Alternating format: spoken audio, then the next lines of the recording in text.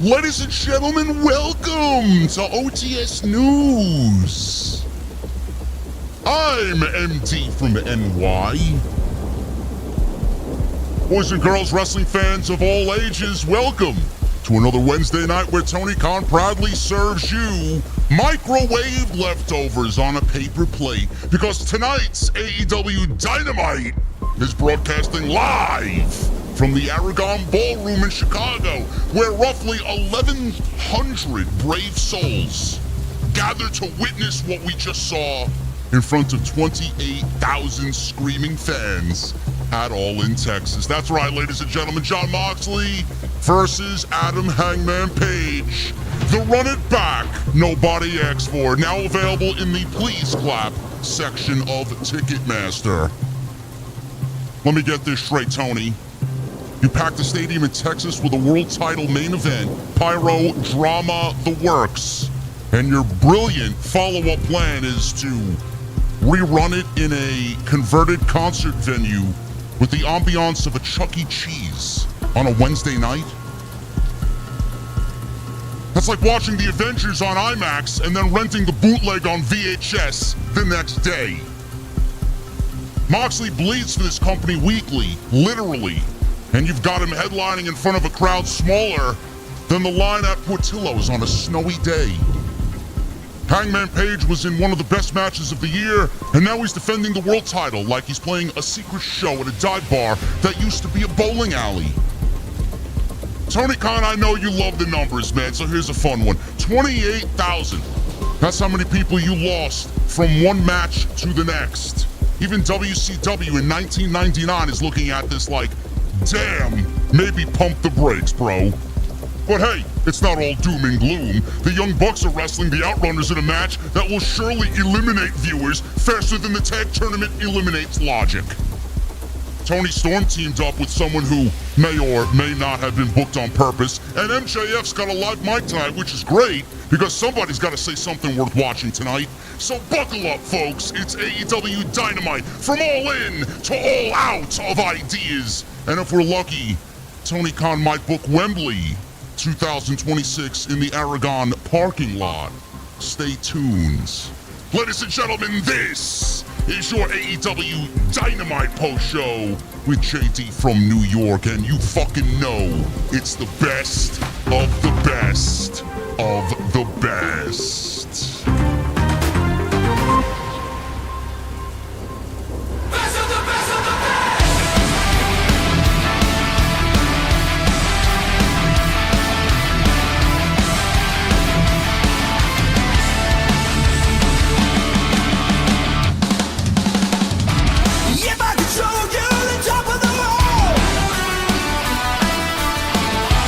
All of the things I've seen, every line you want, you wrong.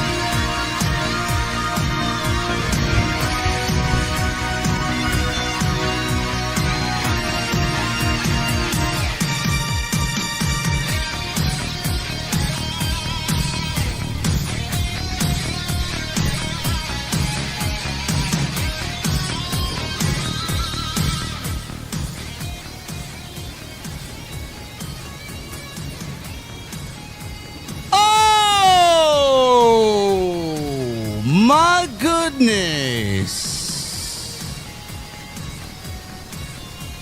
Man, that news station that we listened to on the way to the venue, man, they're brutal. Holy shit. Man, they got jokes for days over there, bro. Seems like I hired the right guy, huh?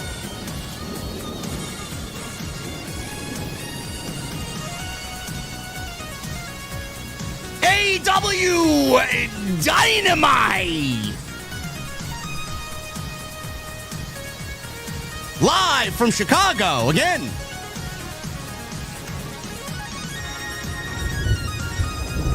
They can't fill any other arena in the fucking country, so why not Chicago, man? Why not? They're going back there in December for World's End, man. They love Chicago. They drove half the fucking people away in Chicago, but they love Chicago.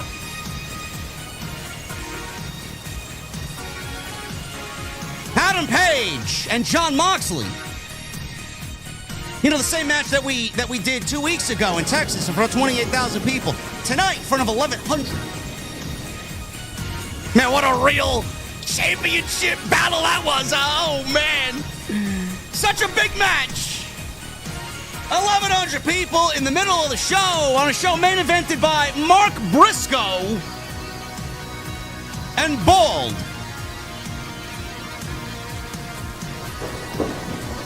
I don't know, man. I don't know. Ratings. They want ratings. I don't think they know anything about ratings. Ladies and gentlemen, you know what I know about? Cold beverages. Adult cold beverages. I want my old-fashioned, man. It's hot in New York City. Hot. This show is hot. And when I get there on this Wednesday night, at the beer garden, obviously, I want to know, what the fuck are you guys drinking? I'll see you over there.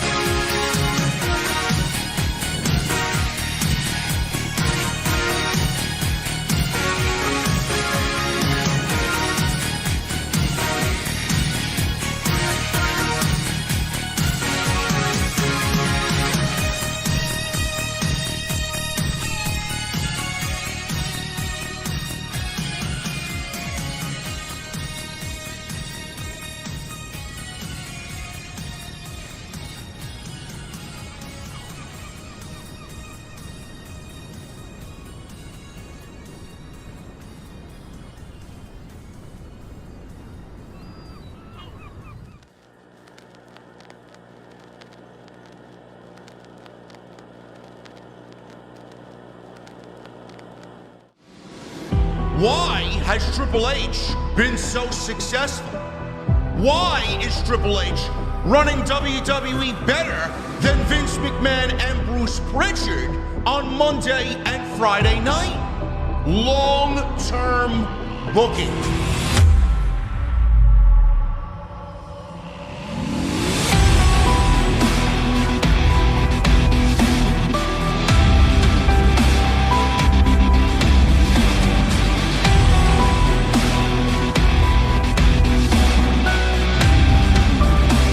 What is going on, guys? Thank you so very much for joining me right here on Off the Script. This is your AEW Dynamite Post Show for July 30th, 2025. I'm your host, JD from New York. As always, coming to you live from the OTS Beer Garden. Thank you guys so very much for joining me on this Wednesday evening, wherever you may be, joined by the one and the only Chi-Town Smart. Jesse, what's going on, bro?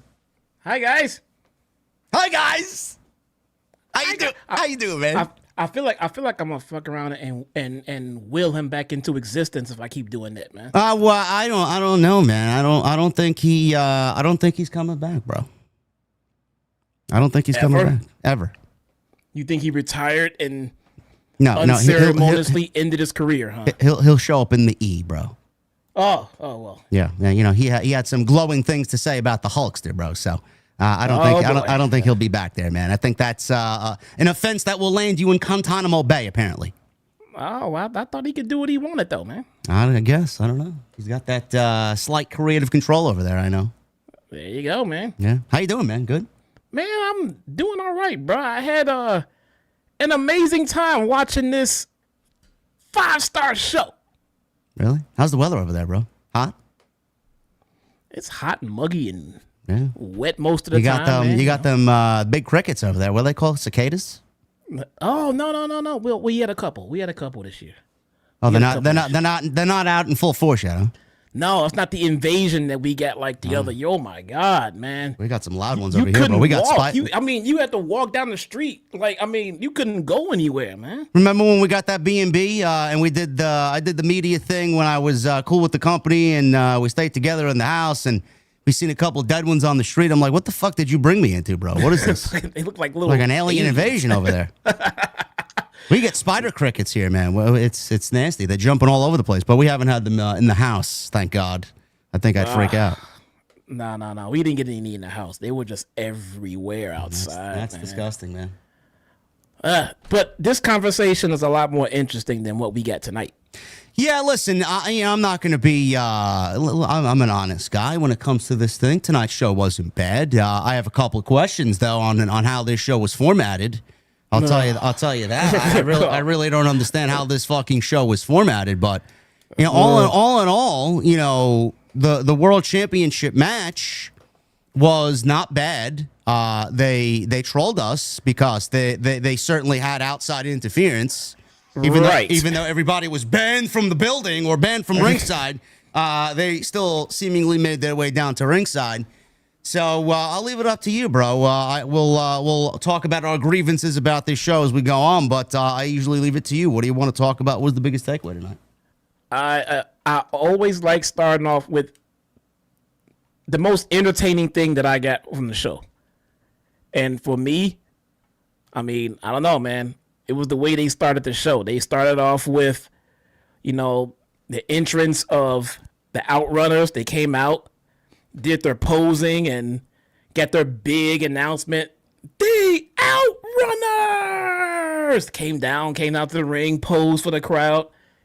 Then they said, and their opponents, Matt and Nick Jackson. Ding, ding, ding, start the match. No, they didn't even say their last name. Matt and Nick. They said Matt and Nick. That was it. Oh, I think maybe Matt and Nick. Or what was Talents something? What was their nameplate? What was on their nameplate? Talent. Enhancement talent, baby. Yeah, they basically got an enhancement talent. I gotta look nameplate with their missing social media links.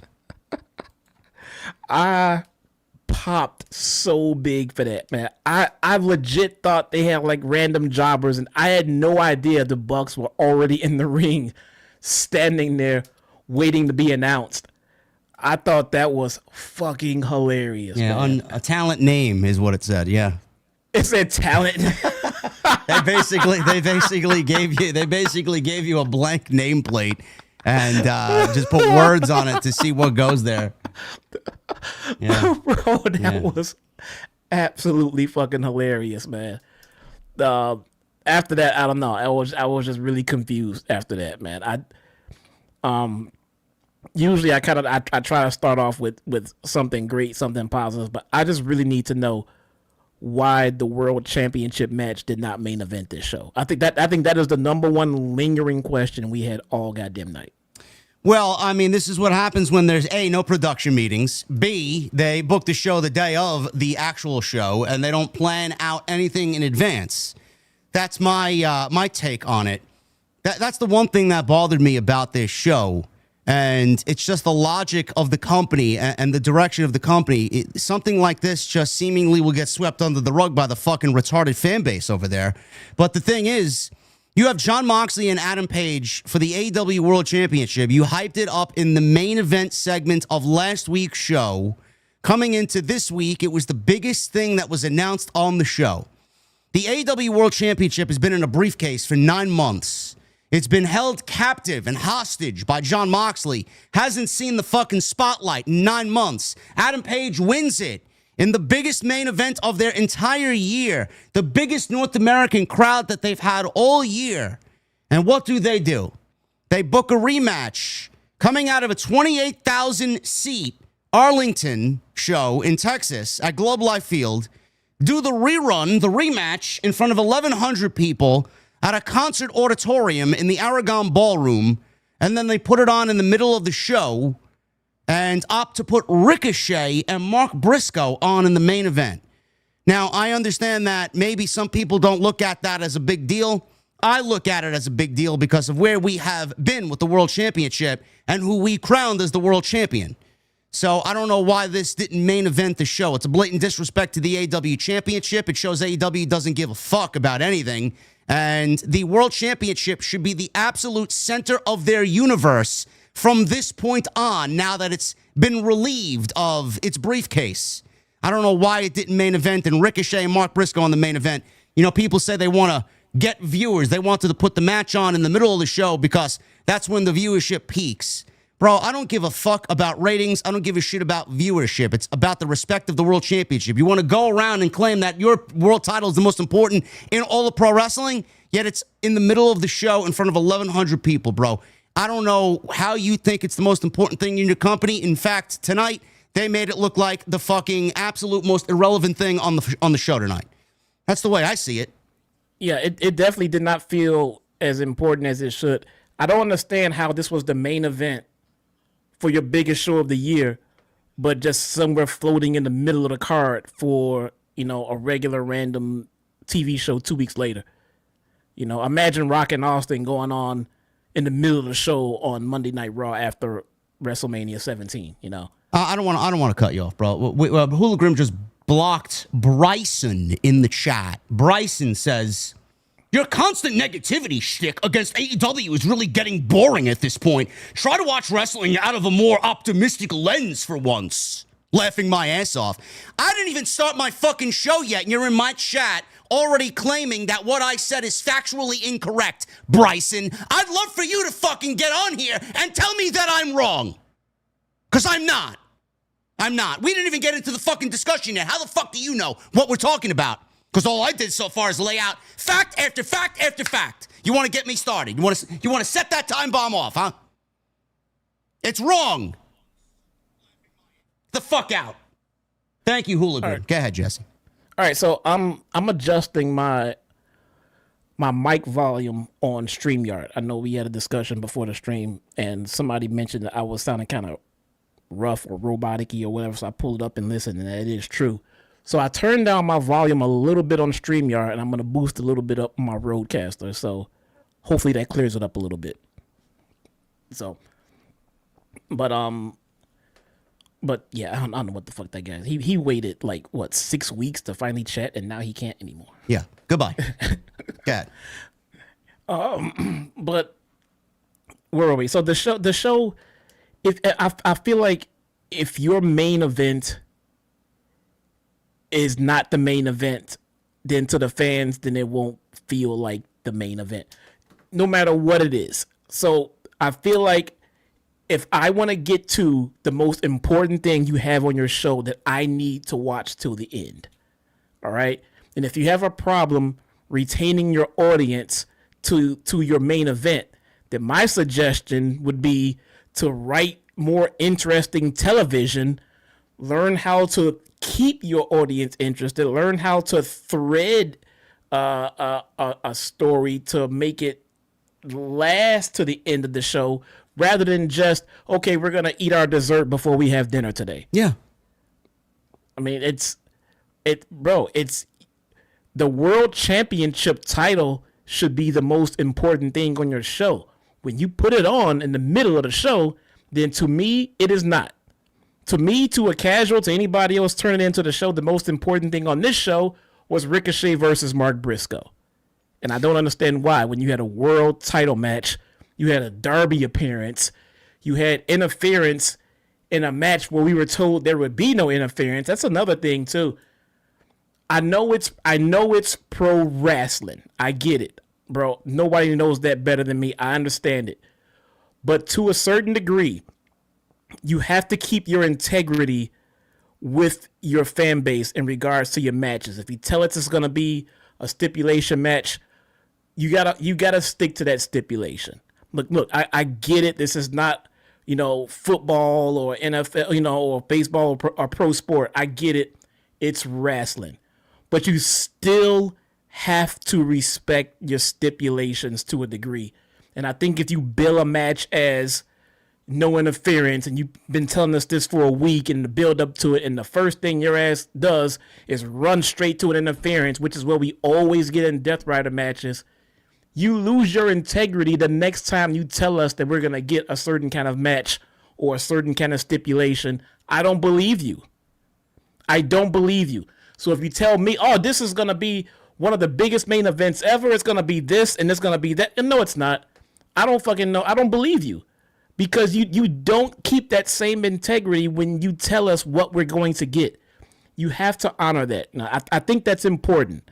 I don't think that's a little thing. I think it's important that you keep your integrity with your audience when you tell them what kind of matches you will be getting.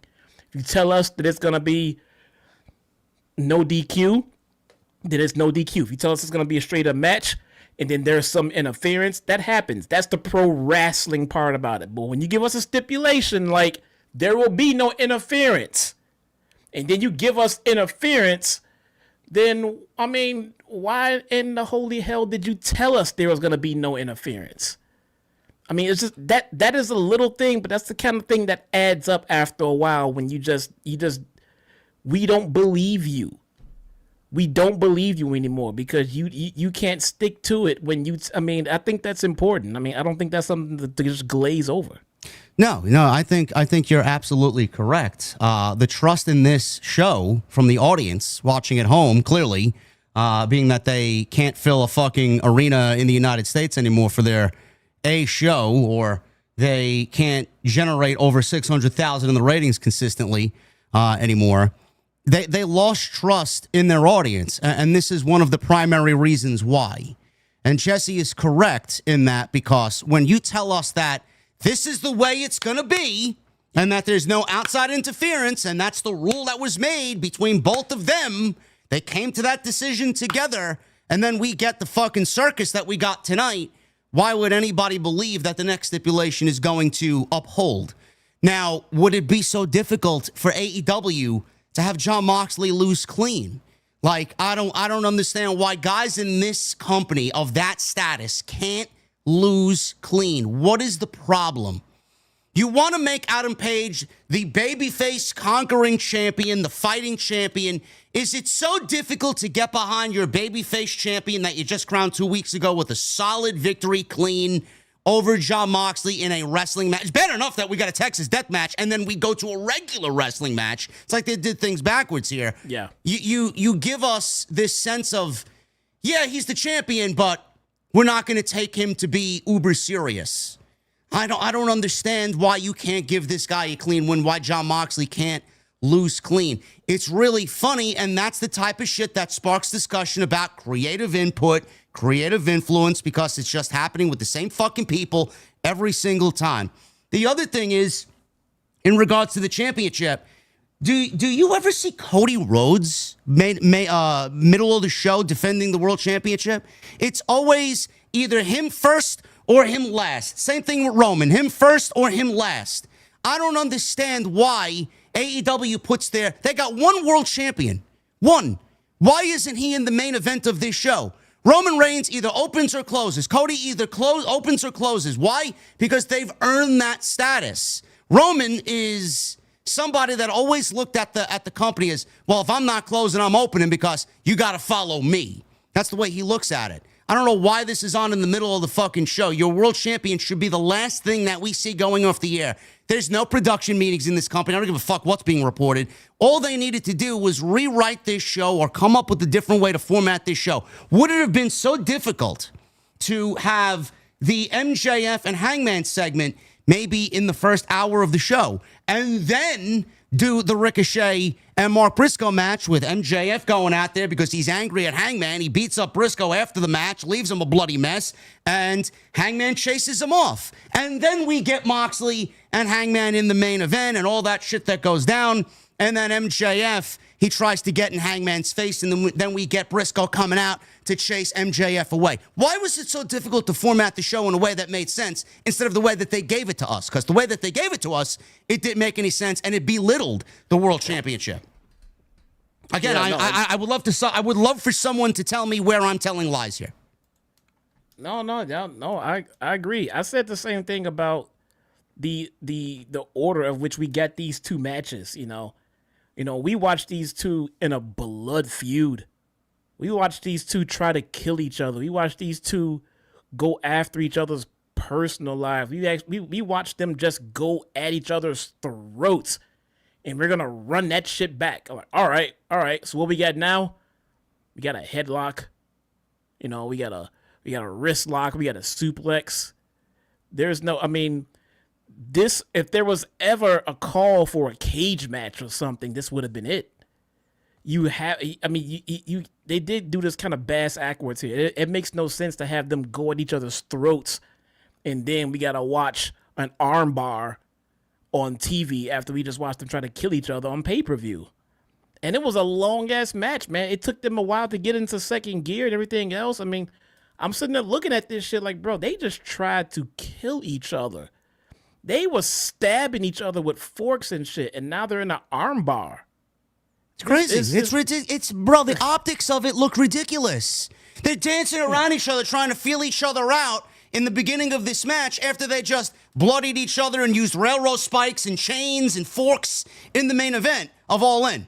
You want me to believe that this is the next follow-up to what they did at Arlington in Globe Life? What are you fucking kidding me? Yeah. That was very poor. We just could have got the regular match at All In and then got the escalation here.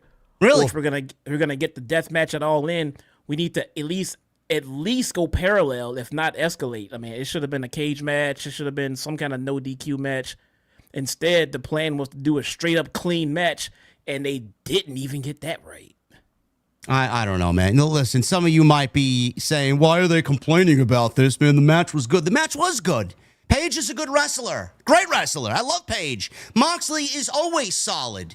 But the optics of it and the flow and the formula of the show, the way that the show was formatted, piss poor. And it goes to show you how amateur AEW is. It goes to show you how inexperienced everybody there is working.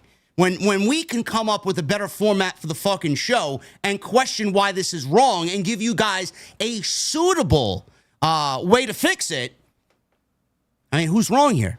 They fucked up. They'll never admit that they're wrong. They'll go out there and say, oh, it's a great year. 2025 is the best year ever. And we got a great string of shows, says Tony Khan. Great. Fantastic. Your show is fucking fucked up, bro. It honestly is fucked up. We'll talk about the match. It was a good match. They did insult the fans' intelligence. It did happen in the middle of the show. It could have been done a lot better, but the match itself was really good. Great near falls and a build for Darby and Mox that I think we all kind of knew coming out of All In. The Outrunners, Jesse. You mentioned the Outrunners and the Young Bucks. I know a lot of people are, again, I won't say a lot of people, maybe just you. You're getting a little bit more entertained out of the Young Bucks' fall from grace character here. The tag team title tournament, this eliminator tournament, sees the Young Bucks and the Outrunners tonight in the quarterfinal, which should have been a slam dunk for the Outrunners to win here and then move on to the semifinals. I don't know what it is with this company. I don't know why they're so allergic to striking while the iron is hot. This is the second time now that the Outrunners were hot coming out of a feud. They got over on their own back in November, where the rumor started that the Bucks wanted to put them over and have them win the tag team championships, but then that got axed. And then all of a sudden, they float around in mediocrity until they start feuding with FTR, and we get that great match that happened on Collision. Then they open the pre-show for All In 2 weeks ago, and now they're here, and they're wrestling the Bucks again, and they don't put them over again. I don't understand why this company is so allergic to putting over talent when they're supposed to go over. I don't know why they can't strike while the iron is hot. The Bucks should have lost. And the reason why I say the Bucks should have lost is because they lost their EVPs. They should be down in the dumps. You should be telling a story of them losing because they're so distraught over what they lost in their title, in their EVP status. They don't got the fucking chauffeurs anymore. They don't got all that help that you have when you're at the top of the card. They're basically said Corbin. If you want me to make a comparison, the Outrunners should have had this in the bag, Jesse. And the fact that they didn't win is an absolute fucking... It's creative malpractice, honestly, because I don't know when they're going to strike with those guys. They seemingly continue to maintain how over they are, and AEW doesn't seem to give a fuck about the Outrunners. I don't like it. I don't think the Outrunners have any more momentum. I think they killed it. They killed it when they didn't pull the trigger the first time. They tried to reignite them, but then they kind of just didn't do anything with them and kind of left them behind again with FTR because FTR won that feud with them too. And now here we are again. I don't think the Outrunners ever got the momentum back that they originally had. And if they had any intention of moving them or doing anything of significance with them, they would have had them go over FTR, and they didn't. FTR beat them multiple times. So this loss, I mean, I saw it coming. I would have been completely shocked if they would have won, and I still wouldn't have been convinced that they had any shot at winning this tournament. I just would have felt like they just had them beat the Bucks just to further the Bucks storyline of their decline. I don't think the Outrunners have any more momentum. I think they dropped it and they never picked it back up. Yeah, I don't know. It's like they don't know how to have fun with their creative, man. There was obviously FTR in this tournament. Clearly, it shows that FTR is going to win this tournament. And I know that just based on what we've been given with, you know, the whole Adam Copeland thing and Christian Cage and all this stuff. So that's where it's going. His mindset is Adam Copeland and Christian Cage against FTR for the tag team championships. Now, we can talk about that when we get into the actual review. But if they wanted to have some fun with it, they could have had the Outrunners go all the way to the finals with FTR, get their wins back, and maybe the Outrunners go over FTR.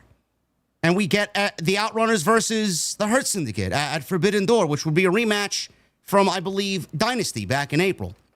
Or Revolution, one or the other. Now, if they did that, that would give MJF the open to turn on the Hurt Syndicate or get back at the Hurt Syndicate for kicking him out of the group, giving the tag team titles to the Outrunners, and you can tell that story. And FTR, they can go on to wrestle Copeland and Christian Cage at All Out in Toronto without the championships on the line. That match doesn't need the championships. Tony's got this vision in his head that Christian and Copeland are going to be wrestling for the tag team championships, coming back together, reunited, and going after the tag team championships. It's almost like 2025 is the year of nostalgia for tag team wrestling. The New Day held the tag team championships. We're getting Hardys and Dudleys at Bound for Glory in October. Now we got Christian and Copeland possibly winning the tag team championships if all goes through with FTR winning the tag team titles against the Hurt Syndicate at Forbidden Door. They could have had some fun with it and put over some new stars. That's my problem. They don't know how to give people like the Outrunners, wrestlers like the Outrunners, an opportunity to just get created, man. Put over someone new. It's the same fucking people every week.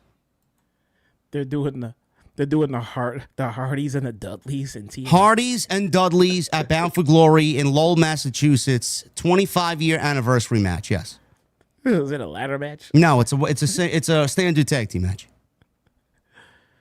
Oh my God, man! Are there no tag teams over enough to be presented as solid mid card? I mean, what is going on? I don't know, bro. I don't know. I don't know. When they have solid established teams here in AEW like Brody King and Bandito. So what they did, bro, what they did here is the Young Bucks go over the Outrunners, right? So now we are potentially looking at the Young Bucks versus FTR again. I don't know who the fuck X for that. Nobody wants to see that again. I am way over that. Then you're looking at Brodito, bro. That's Bandito and Brody King. My God, that really is. I thought my chat was trolling me. Brodito, bro. It's like a menu item on the taco truck menu, bro. Brodito. I thought they were trolling me. That's actually their name. So we potentially could be getting the Bucks versus FTR. If that's not the case, then we get Brodito going to the finals against FTR, which could be a solid match. I don't really understand the fucking pairing. I don't know why Brody King is all of a sudden the king of the luchadors. And then if we get that final, we're just looking at another Brody King fucking L. So it's like, damned if you do, damned if you don't type of situation. It's like, what are they doing? In no way do you win. You're just looking at FTR and them going to Forbidden Door. It's like, all right. Which way do you go?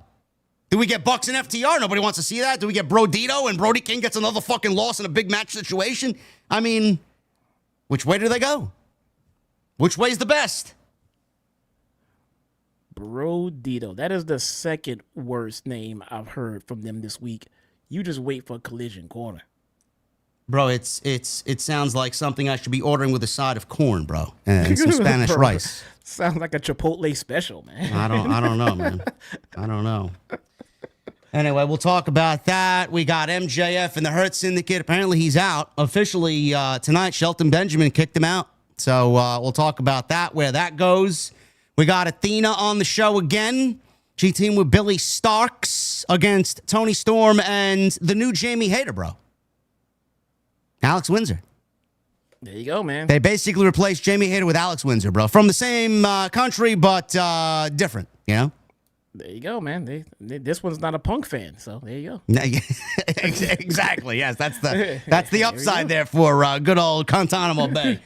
We'll get into it. And obviously tonight, Collision Corner. If you guys meet the goal of 750 likes, I'll keep it short and sweet for you guys because the AEW Dynamite streams this summer have been severely lacking, not just here, but in the entire community. Do you want to know why? Nobody gives a fuck.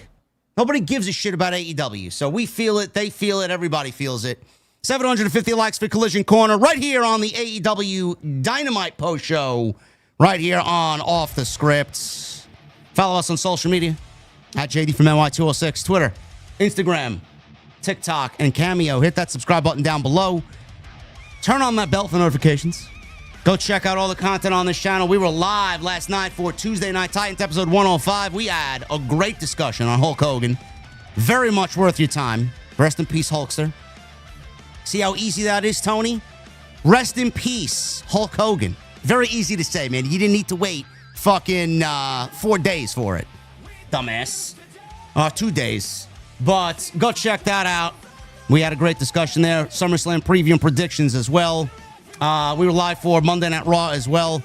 So go check that stuff out. This is the last live stream of the month of July. And this weekend is SummerSlam. I will be live on Saturday and Sunday covering the first ever 2-night SummerSlam. Jesse's channel is linked down below as well. So please go and subscribe to his channel. Follow him on social media at ChyTownSmart.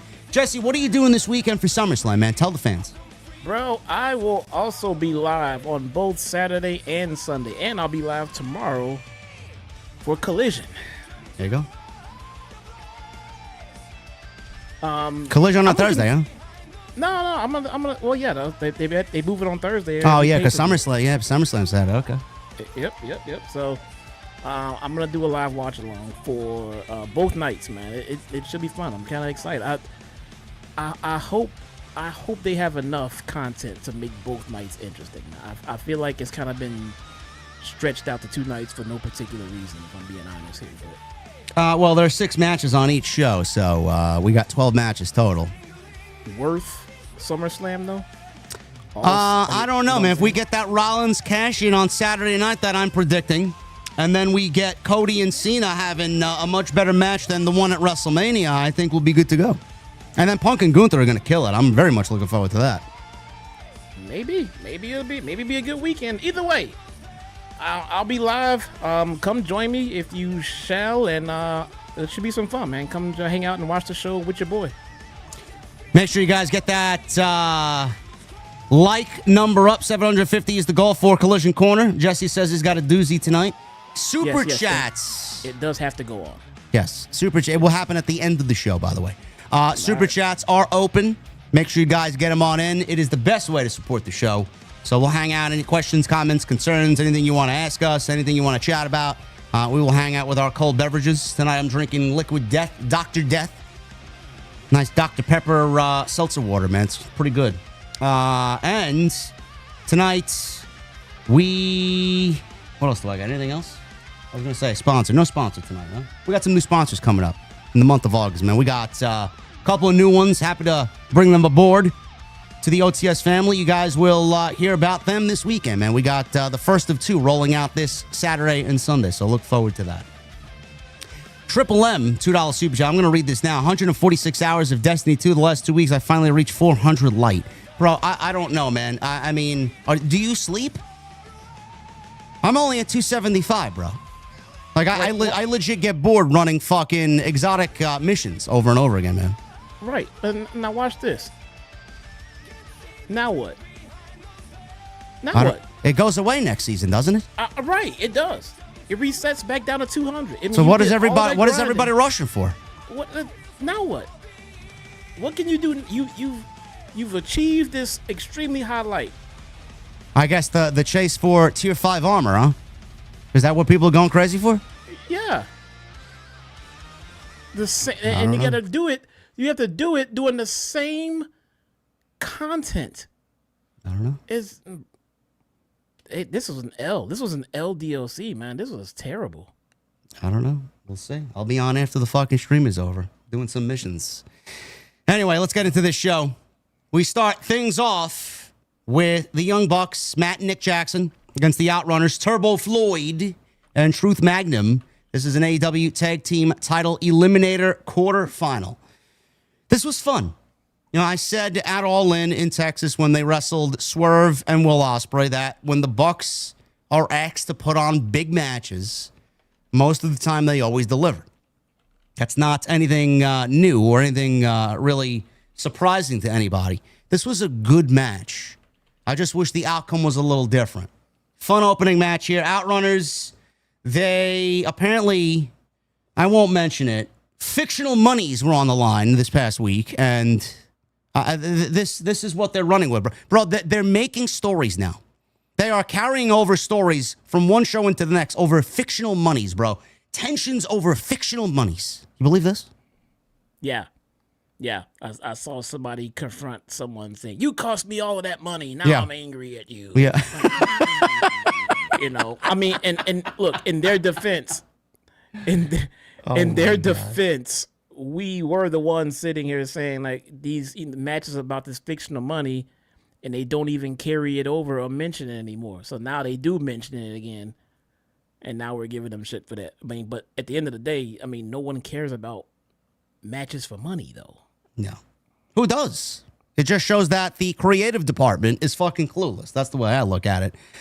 So like we talked about in the open of this show, Bucks were already in the ring after the Outrunners made their entrance first. They are in the ring, and they were without theme music, without an entrance, and they were treated as enhancement talent with their graphic reading talent name and social media for their X and Instagram links, which is pretty cool. I actually like that presentation. I don't know where it's going. And some people think that this may be leading to a redemption arc of the Young Bucks to try and get them back into the good graces of the fans. I don't want to be a Debbie Downer on that, but I don't think that's going to work, bro. I think the Young Bucks have seen their day here, honestly.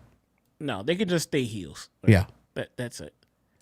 Oh, here it is. Yeah, it'll even have their names on the screen. It just says talent name. Yeah, talent name. It was almost like a test to show this is where the talent name goes. This is where the social media links go. It says stat over it. It's the word stat. Yeah. It was like a blueprint for their nameplate. Oh, that was hilarious. I got to give them that, man. So they had an inset promo while they were in the ring, and they heavily insulted how they have been treated. And this is no way to treat your founding fathers. We'll pick it up right before the commercial break here. Super kick laid out, Turbo Floyd. Nick followed with an Escalera. Typical offense from the Bucks before going to the outside and then getting in Tony Schiavone's headset, which I wish people would do more often because he's fucking awful. Demanding the respect that they deserve. Excalibur was also insulted, and he was interrupted here by the Young Bucks before trying to throw it to a commercial break. So we come back from the break. Matt spit in the face of Turbo Floyd, who nearly got a hot tag, but Nick swept the legs out of Truth Magnum, and Nick ran wild with a series of super kicks. Matt hit a somersault cutter off the apron to the floor on Turbo Floyd. Nick connected with a slingshot facebuster on Magnum for a 2 before hitting Risky Business with his brother for a 2 count. Magnum escaped, more bang for your buck, and finally got the hot tag to his partner, resulting in the fans really making a nice pop for him. Huge body slams, corner charge with the elbows, Northern Lights bomb on Matt led to a son of a bitch elbow attempt. This is where they come and join forces like the Mega Powers and drop that big elbow. Yeah. I like this part. Yeah, me too. Nick super kicked the elbow spot and broke that up. Running Bulldog clothesline combo from Turbo Floyd as they tried Total Recall, which is their finish. Matt made the set. You could see the 80s themes here. I like the whole 80s themes around the naming of their maneuvers. Again, I don't know why these guys aren't going after the tag team titles, man. I really don't get it. Great look, cool look. Great presentation. What the fuck more do you need? Honestly. Big fans of these guys. Yep. Total Recall block. Matt made... Actually, they tried for Total Recall. Matt made the save with a super kick. Super kick party ramped up until Turbo no-sold and turned both guys inside out. Both Bucks with a lariat. Son of a bitch double elbow finally connects. Nick made the save. Hit a moonsault to the floor before an assisted sliced bread and a running knee for near fall. Nick almost collided with referee Rick Knox. He put the brakes on. He managed a low blow, which Rick Knox did not see, from behind on Truth Magnum. Nick then shoved Knox, who shoved him back as Magnum got a roll-up off the shove, and that was only a 2 count. That could have been it. That was not it. Bucks accidentally super kicked each other, allowing Total Recall to connect on Matt, but Nick dove in to make the save. Honestly, that should have been the end of the match, and the Outrunners should have won. This is Awesome Chance in Chicago. Total Recall again was avoided for a second time, with Matt going and getting a schoolboy with the tights hooked for a 2 count. The Bucks managed a TK driver. Nick held Floyd off from breaking up the pin, and Matt got the 1, 2, 3. Lame ending, and the crowd was honestly deflated after that. Post-match, Kazuchika Okada came down to celebrate with the Bucks, which I'm very confused as to what's going on. Are they still together? Are they all in the Don Callis family? I don't know what's going on with this. We don't really got a solid answer. The Outrunners were both in the ring trying to get up from the loss. They were beat down by the Bucks and Okada. Swerve's music hit. Okada turned his attention to the stage, not realizing the Outrunners made a comeback, leaving him being basically pinballed between Strickland, Truth Magnum, and Turbo Floyd. Huge back body drop by Turbo led to a Strickland house call, but the Bucks pulled Okada to safety, so he evaded the house call kick. Strickland then just jumped to the top rope and did a triple swerve stomp onto everybody on the outside, taking out Okada and both Matt and Nick. That was the only time that we've seen Swerve and Okada, so you can see how much they're putting into this build for the Unified Championship at Forbidden Door. Again, it should be a banger match, but I'm going to need more from them to sell me on that match itself. Where's the story? Why are we doing this? I need more than just, it's going to be a great match, bro. No, I need more than that. So, again, I didn't really like this ending, Jesse. It was a fun match, really good. Both teams, obviously, we know what they can do. The Outrunners are really great. Bucks usually show up big when they wrestle someone that they actually enjoy wrestling. I don't know, man. I'm just kind of miffed over why they couldn't put over the Outrunners here and just kind of give this tournament an unpredictable feel. I don't know. Like I said, I don't think they have any faith in the Outrunners. They're just there to have a couple more bodies in the tag division. They've already made it clear they're not going to push them. But in the essence of what Forbidden Door is supposed to be, why are we getting Okada versus Swerve? I don't know. I want to say, and this honestly should be the way, that they start moving away from a total card of AEW versus New Japan, because we really haven't seen anything from New Japan. We're going on, next week will be, 3 weeks before we get to Forbidden Door. We haven't seen any New Japan or CMLL presence on this show.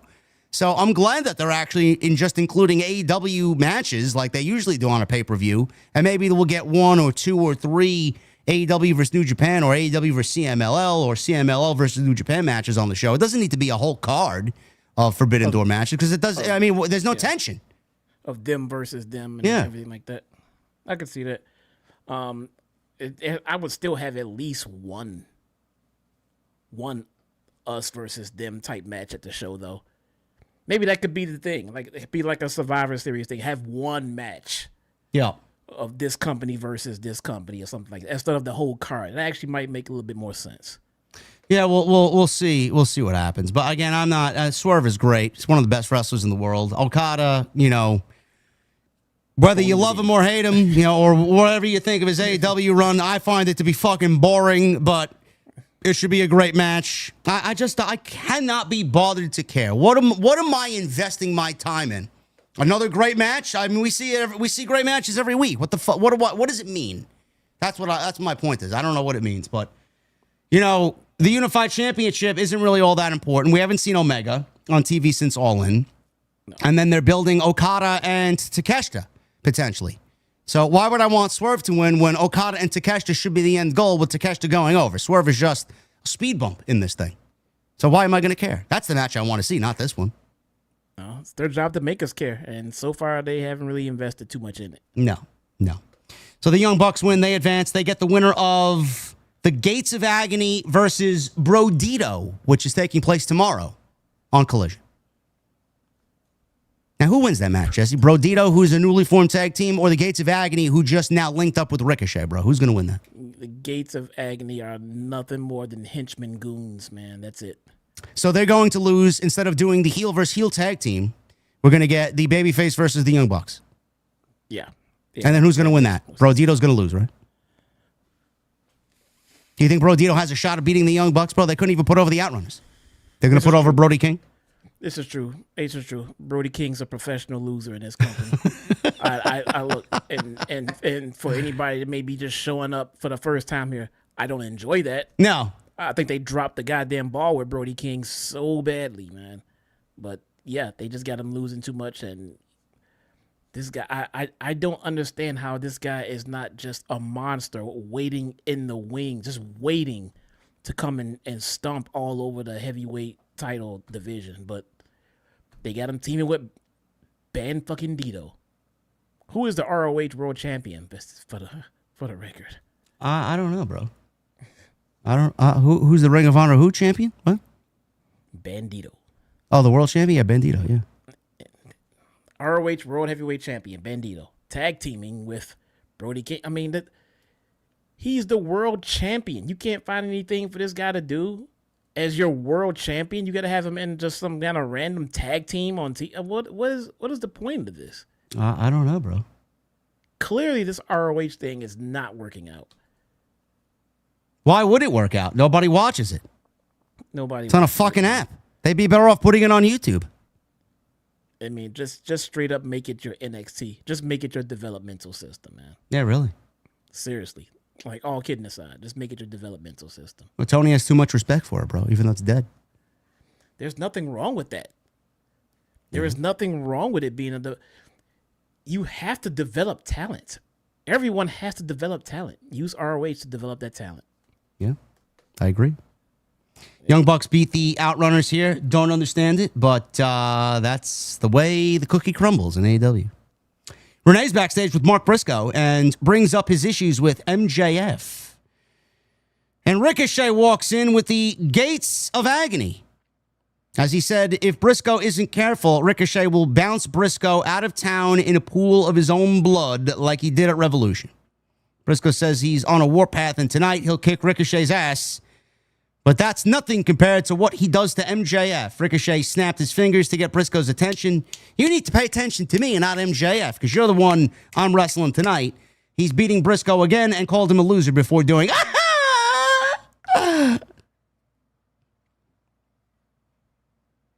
Now, Ricochet cringe. He's fallen from grace, huh, bro? We all thought that this was going somewhere, man. Where's this going? Nowhere. I was all about waiting to after All In to give them a chance to reset storylines to see what they did with Ricochet, and I see that it's still nothing. All right, so now I'm on board with they're just fumbling this guy's run at this point. Yeah, I don't know, but he'll go on social media and tell people to suck his dick. Okay, great. He is really enjoying that social media freedom, isn't he? Oh yeah. Yeah, it's he doesn't realize that it's actually making people lose respect for him, but he didn't hear it from us though, Man, some people should do less on social media, huh? Yes. Yeah. Imagine that. Yeah. Did you see the woke mob, bro, cancel Joey Swole on social media? That gym influencer? You familiar with him? Who's Joey Swole? Chat, you see Joey Swole got canceled by the woke mob who doesn't have anything nice to say about Hulk Hogan because they can't let something go after 12 years?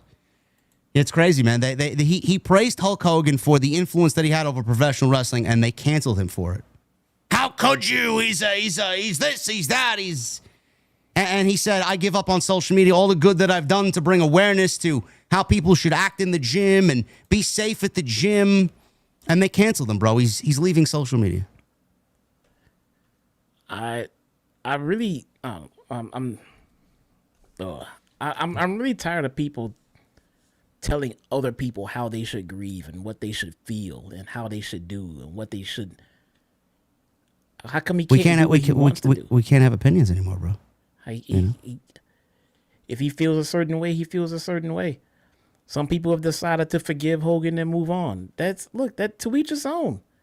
Some people have chosen to say, fuck that guy, I don't care about him. To each his own. Some people decided not to acknowledge it. Bro, that is up to you. I'm not going to go around and police Hogan died. Let me go around and see who you should be saying something. Why aren't you saying something? You should be saying, hey, he's not saying anything. Why isn't he saying? Mind your own fucking business. I understand that, bro. But if you're a fan, you have every right not to acknowledge anything regarding Hulk Hogan. That's completely fine, and I don't question that at all. If you didn't want to say anything about Hulk Hogan, you don't have to say anything. But if you are someone in the business, like an AEW, fuck that. I don't give a flying fuck. You don't have to do anything, any fucking thing to satisfy anybody but yourself. You don't have to do shit if you don't want to do it, because otherwise you just forced it. It's not fucking real or genuine. You're just faking it because people want you to do it, bro.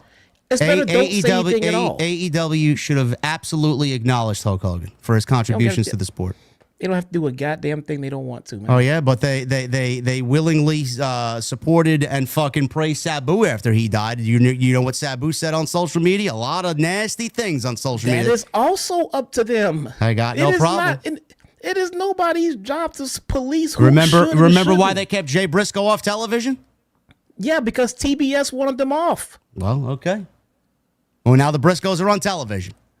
Because AEW wanted them on and TBS because Jay died in a car crash and his brother was grieving, so now they gave him the right to be on television. That's the way that works, right? TBS allowed it. It wasn't AEW. AEW wanted the Briscoes on TV. We all knew that.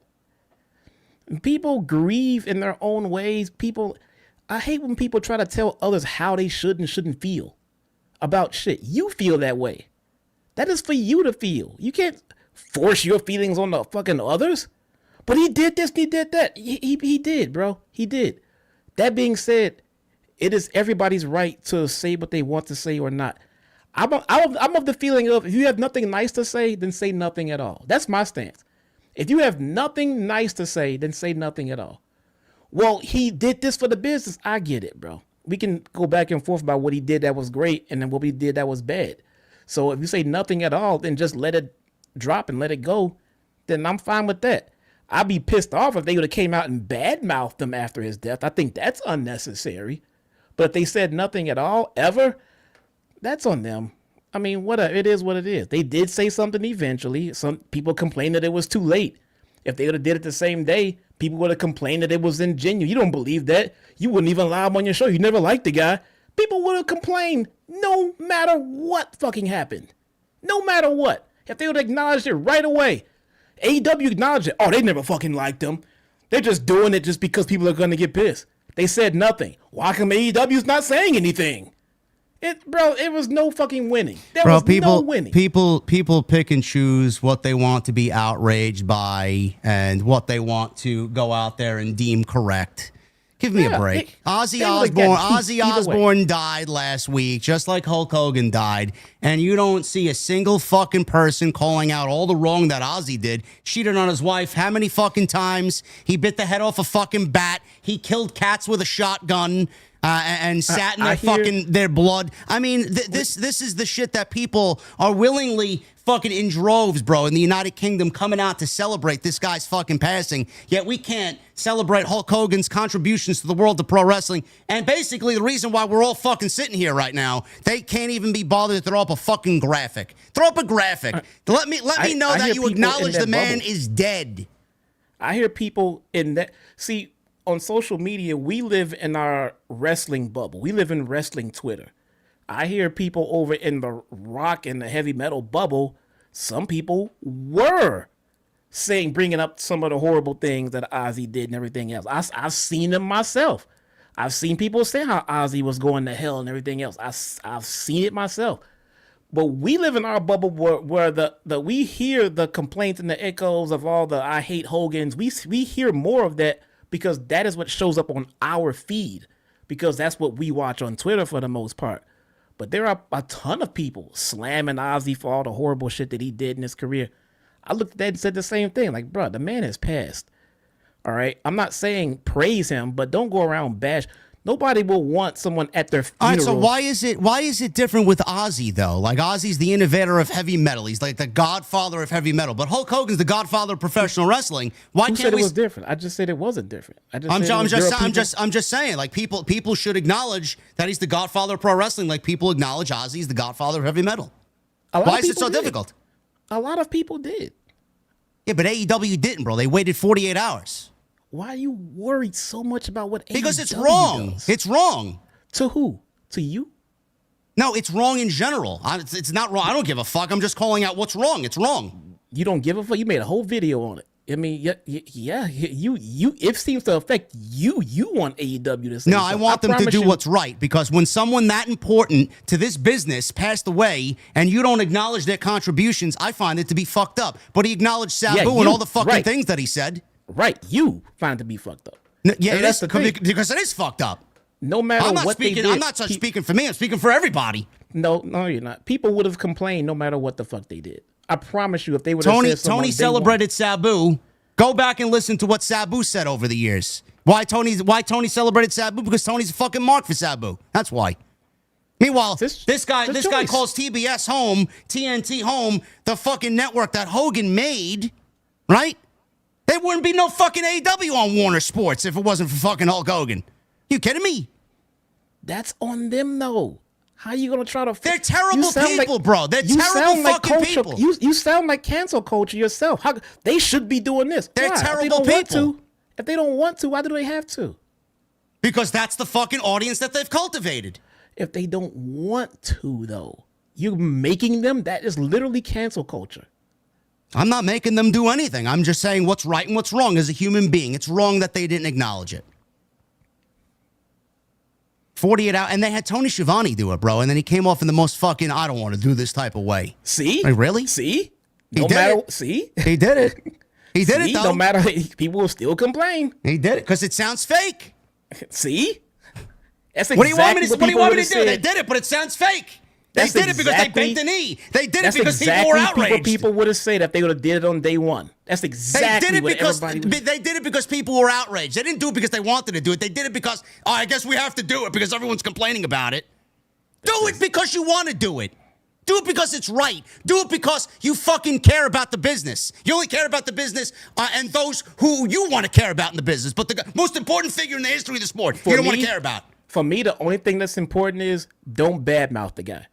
The guy has passed away. Either say something in respect or keep your mouth shut. Don't badmouth the guy.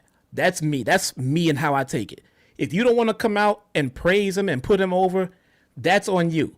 But don't fucking be disrespectful in death. Other people are mourning. His family is reading this shit and everything else. If you don't have anything nice to say, then don't say shit. They didn't say shit, and that pissed people off. Then they said something, and it still wasn't done the right way. There was no way this was ever going to come out the right way for AEW, no matter what they fucking did.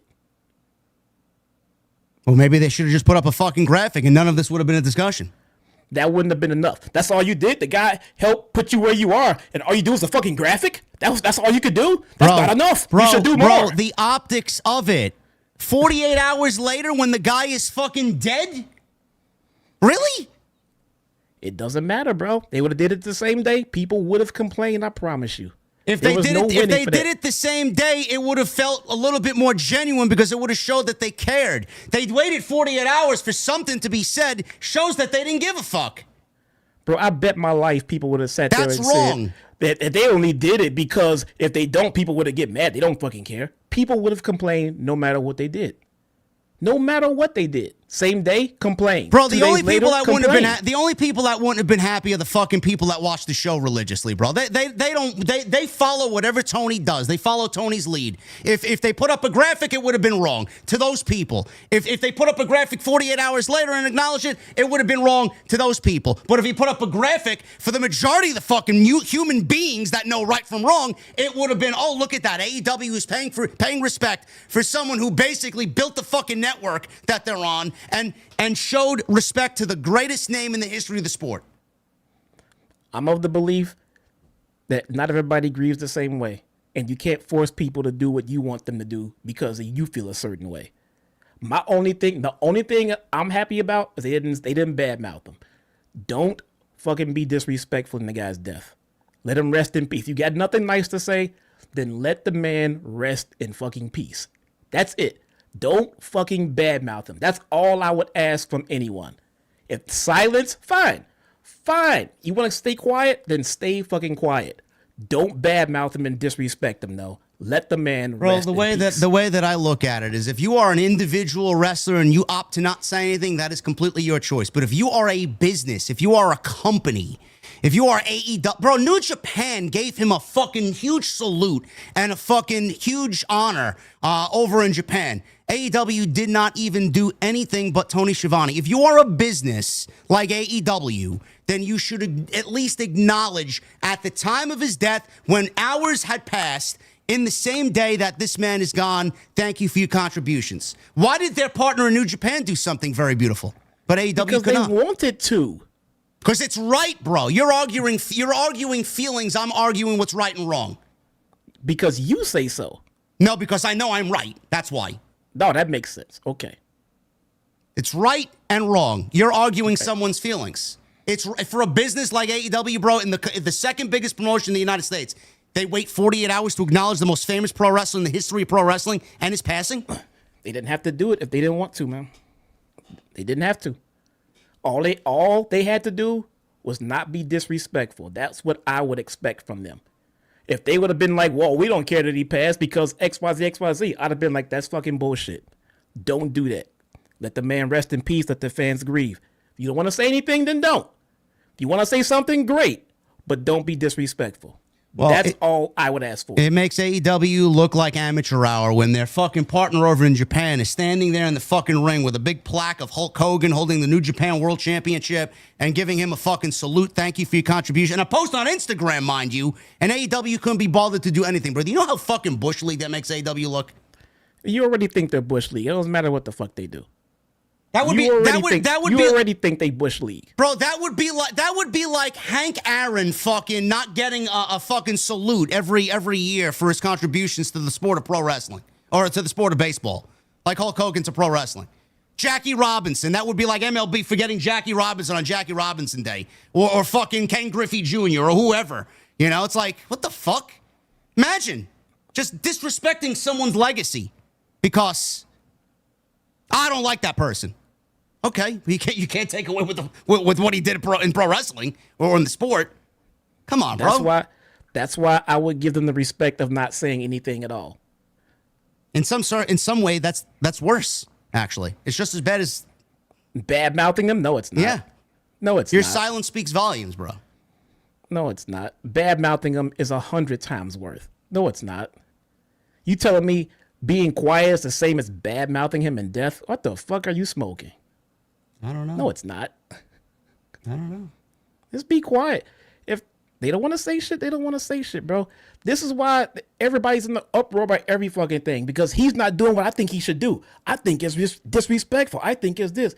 Bro, they can do what the fuck they want to do. All truth be told, if they want to badmouth him, that's also on them. I just don't think that'd be the right thing to do it. I would think that's fucking shitty. But it's up to them. Now, saying nothing, you got nothing. My mom used to always tell me, if you got nothing nice to say, then don't say anything. So if they badmouthed Hogan, it would have been okay. No, I just said I think that would be shitty. Did you not listen to what is wrong with you? I literally just said that would be shitty. Remember? Did you hear those words? I heard if they want to say something bad or good, that they have every right to do it. They have every right to do it. I think it would be absolutely fucking shitty to badmouth. But you don't think it's shitty that they didn't honor his contributions to the sport. It is not shitty, bro. If you got nothing good to say, then say nothing and just let it go. That's it. You said nothing. You did nothing wrong. You didn't kill the man. You didn't shit on him. You chose to say nothing and just let the man rest. Fine. You chose to say something later. Whatever, fine. You're not obligated. Why so many people are sitting around expecting this? They would have said something on day one, people would have got mad. You didn't mean it. You didn't allow them in the company. You're just saying it so people don't give you shit. I promise you that would have been all over social media. So they said nothing. People got mad. Oh, how come you didn't say anything? What the fuck? That's shitty. So they said something. Why they said it too late? They should have said it 2 days ago. Bro, just get the fuck out of here. Go grieve the way that you want to grieve and stop trying to make people grieve. But AEW isn't grieving, bro. They're just ignoring. They're not grieving. They did the inhumane thing of not recognizing his contributions to the sport, and they waited 48 hours. That's the problem. Okay. I mean, you already don't like them. It does not matter what the fuck they did. If they would have did it right away, would you like them now? No, I wouldn't have been talking about it at all. So I wouldn't have tweeted about it. I wouldn't have mentioned it. I'm like, good on them. Good. Classy. Let them. They can do what they want. Classy. You don't have to do shit if you don't want to. But don't be disrespectful. That's it. Bro, they're a multi-billion-dollar company. They have to do what is right. And what is right is acknowledging his contributions to the sport. I don't give a shit about personal feelings. You can feel however you want. He's a piece of shit. We all know that. But you can't take away from what he's done in the business. And that everybody that steps in the ring should at least acknowledge what he's done for the sport over 30 years. To not say anything and not acknowledge that, I find that to be terribly wrong, bro. Terribly wrong. I don't give a fuck how much I hate somebody. I will tell you that he is an important figure, though people hate him. And what he's done is wrong. See how easy that is? Why can't everybody else be that way? That's what you want, man. You want them to do what you want. I don't want them to do what I want. I'm telling you what I think is right and wrong. Okay, because that's what you think. That's what I find. That's what I look at as a good human being. That's what you think is right and wrong. All right. I don't know. I said for 2 videos, separate the artist from the human. People haven't done that. That is what you want, bro. You can't make people do what you think is right and wrong. You know that, right? I know I can't. I mean, people are allowed to say or not say or do or not do whatever they want to. You understand that? If they tell me that they won't acknowledge Hulk Hogan, but they'll acknowledge somebody else over Hulk Hogan, I will tell them that they're factually incorrect, and they can do what the fuck. And they they're want, factually incorrect. That is, if that's If what you want to say, believe. if they want to say John Cena is more of a bigger influence than Hulk Hogan in the world of pro wrestling, I will tell them that they're factually incorrect, Okay. and they will be. You're entitled to that opinion. Absolutely. Sure, I could tell you that you're wrong too. Yeah, you're entitled to that opinion. All right. I mean, they did what they wanted to do.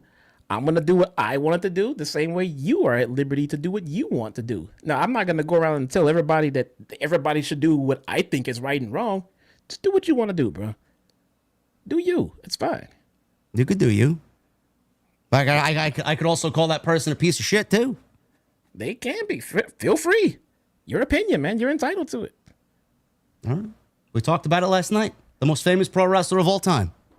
Yeah, There'll never be another one like it. probably not. And I do believe that should be honored, honestly. Then honor him. I did. Okay, then that should be the end of it. All right. I'm telling you what I thought was right and wrong, that's all. Did you go around and check every last single promotion on the planet and see who honored Hogan and who didn't? I don't care about any promotion. I care about the companies that I watch and the companies that the ones that I watch work with. Well, we care about AEW. That's good. It's good to hear. I do. Moving on. After we got that out of our system. Icebreaker. Yes, I would like Icebreaker, Triple M. I would love it. I'm not talking about the gum either. I'm working on my what's that one from?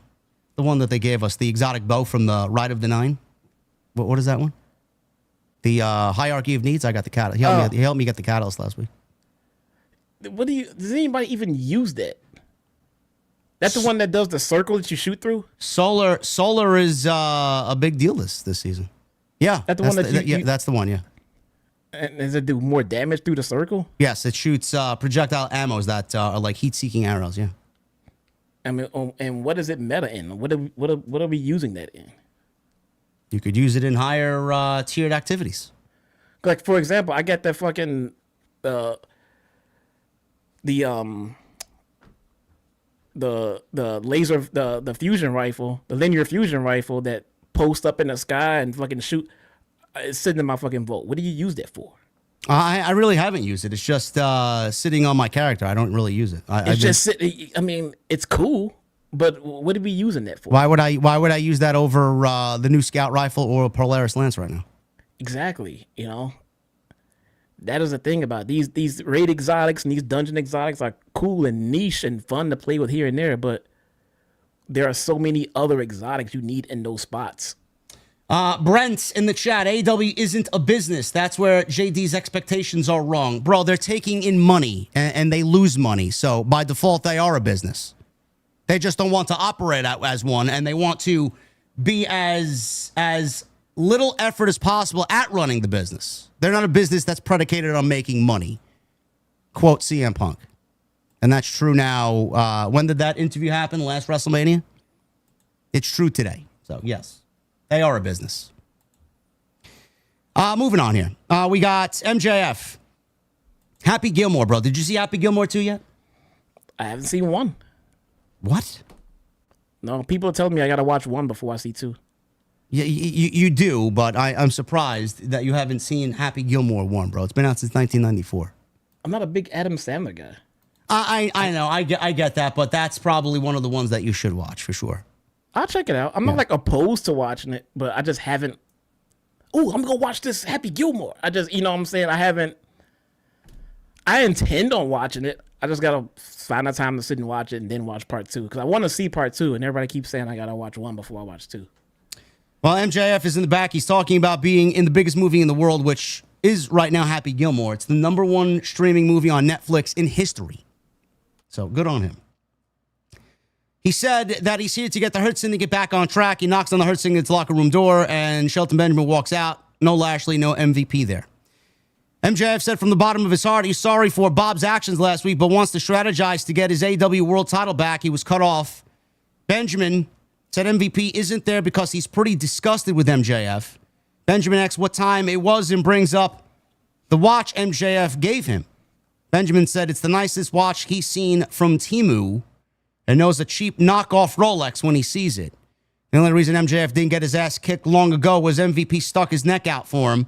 He said MVP can get stepping with his fake watch, and if he doesn't, he'll leave him in a pool of his own piss. Benjamin tossed the fake watch down, gave MJF a thumbs down before slamming the door in his face. MJF then screamed for the cameraman to get out of his face. So now we got 2 thumbs down, bro. We got Lashley giving him a thumbs down last week.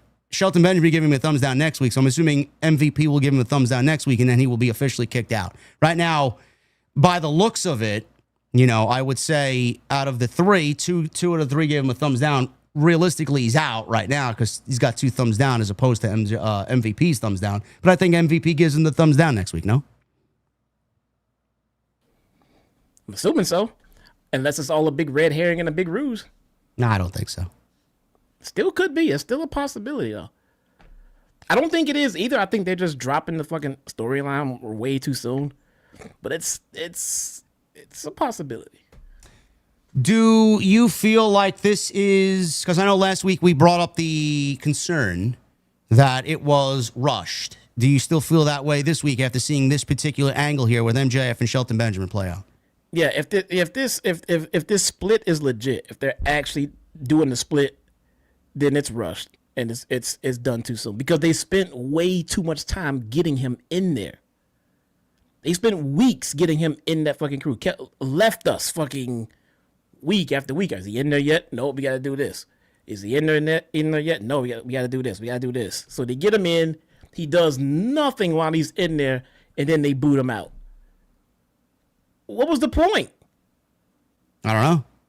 He didn't do shit. What was the point? Well, he mentioned that he wants them to help him get back Triple B. And they said that they are not his lackeys. But he was initiated into the group with a big celebration. So don't they work as a unit, as a team together cohesively? That could be the reason how they're helping them getting Triple B back. Unless Bobby Lashley really wants Triple B. Again, that's a part of the... But see, if it's a legit split, then it was done wrong. It was done way too soon, and it was all kind of fucked up. Because he didn't do anything in there. He didn't do anything of significance in there. They didn't really bond. They didn't really click. They didn't do too much together, and they just booted him out in like 1 week. That was kind of lame. But if it's a big red herring and they're just all in on it, and it's a part of the big scheme to get him Triple B back, then that part would make sense. But again, if that's not the case, if they're not running the angle here, then yeah, he was prematurely removed from the group. I'm going to read this $4.99 super chat that just came in here at 12:09 a.m. Eastern time. Sucks my other account was benched because I had an opposing opinion, wasn't confrontational or rude. Oh well, still will continue to support OTS, says B Noise, which I'm assuming this is Bryson.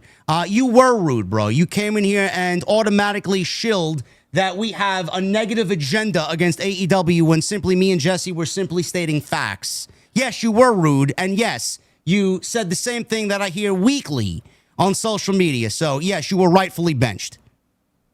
And no, you're not getting unbenched. Maybe now that'll make you think about what you said and what not to say in my chat room. Ridiculous. I'd love for you to tell me when we lied in that opening segment. Spoiler, you can't. FTR. Actually, no, not FTR. Well, Christian Cage. We're going to Christian Cage. Christian Cage is back. He's back on TV after 2 weeks of finding himself. Where he found himself, I don't know. I wish they would have fucking documented where he found himself. Where did he find himself? At a Chuck E. Cheese? At a fucking Applebee's? Where did he go? He just came out and went on and This was very long-winded, wasn't it? on and on and on. Fucking hell. And at the end of it, he went nowhere. He was right back to where we started. He got beat up again by the matriarchy now. And no cope. No progression in this. He left him like... I love Christian Cage. Christian's great. I love Christian Cage. This took way too much time, and at the end of it, it went nowhere. It went nowhere. We're in the same goddamn place we were before he left.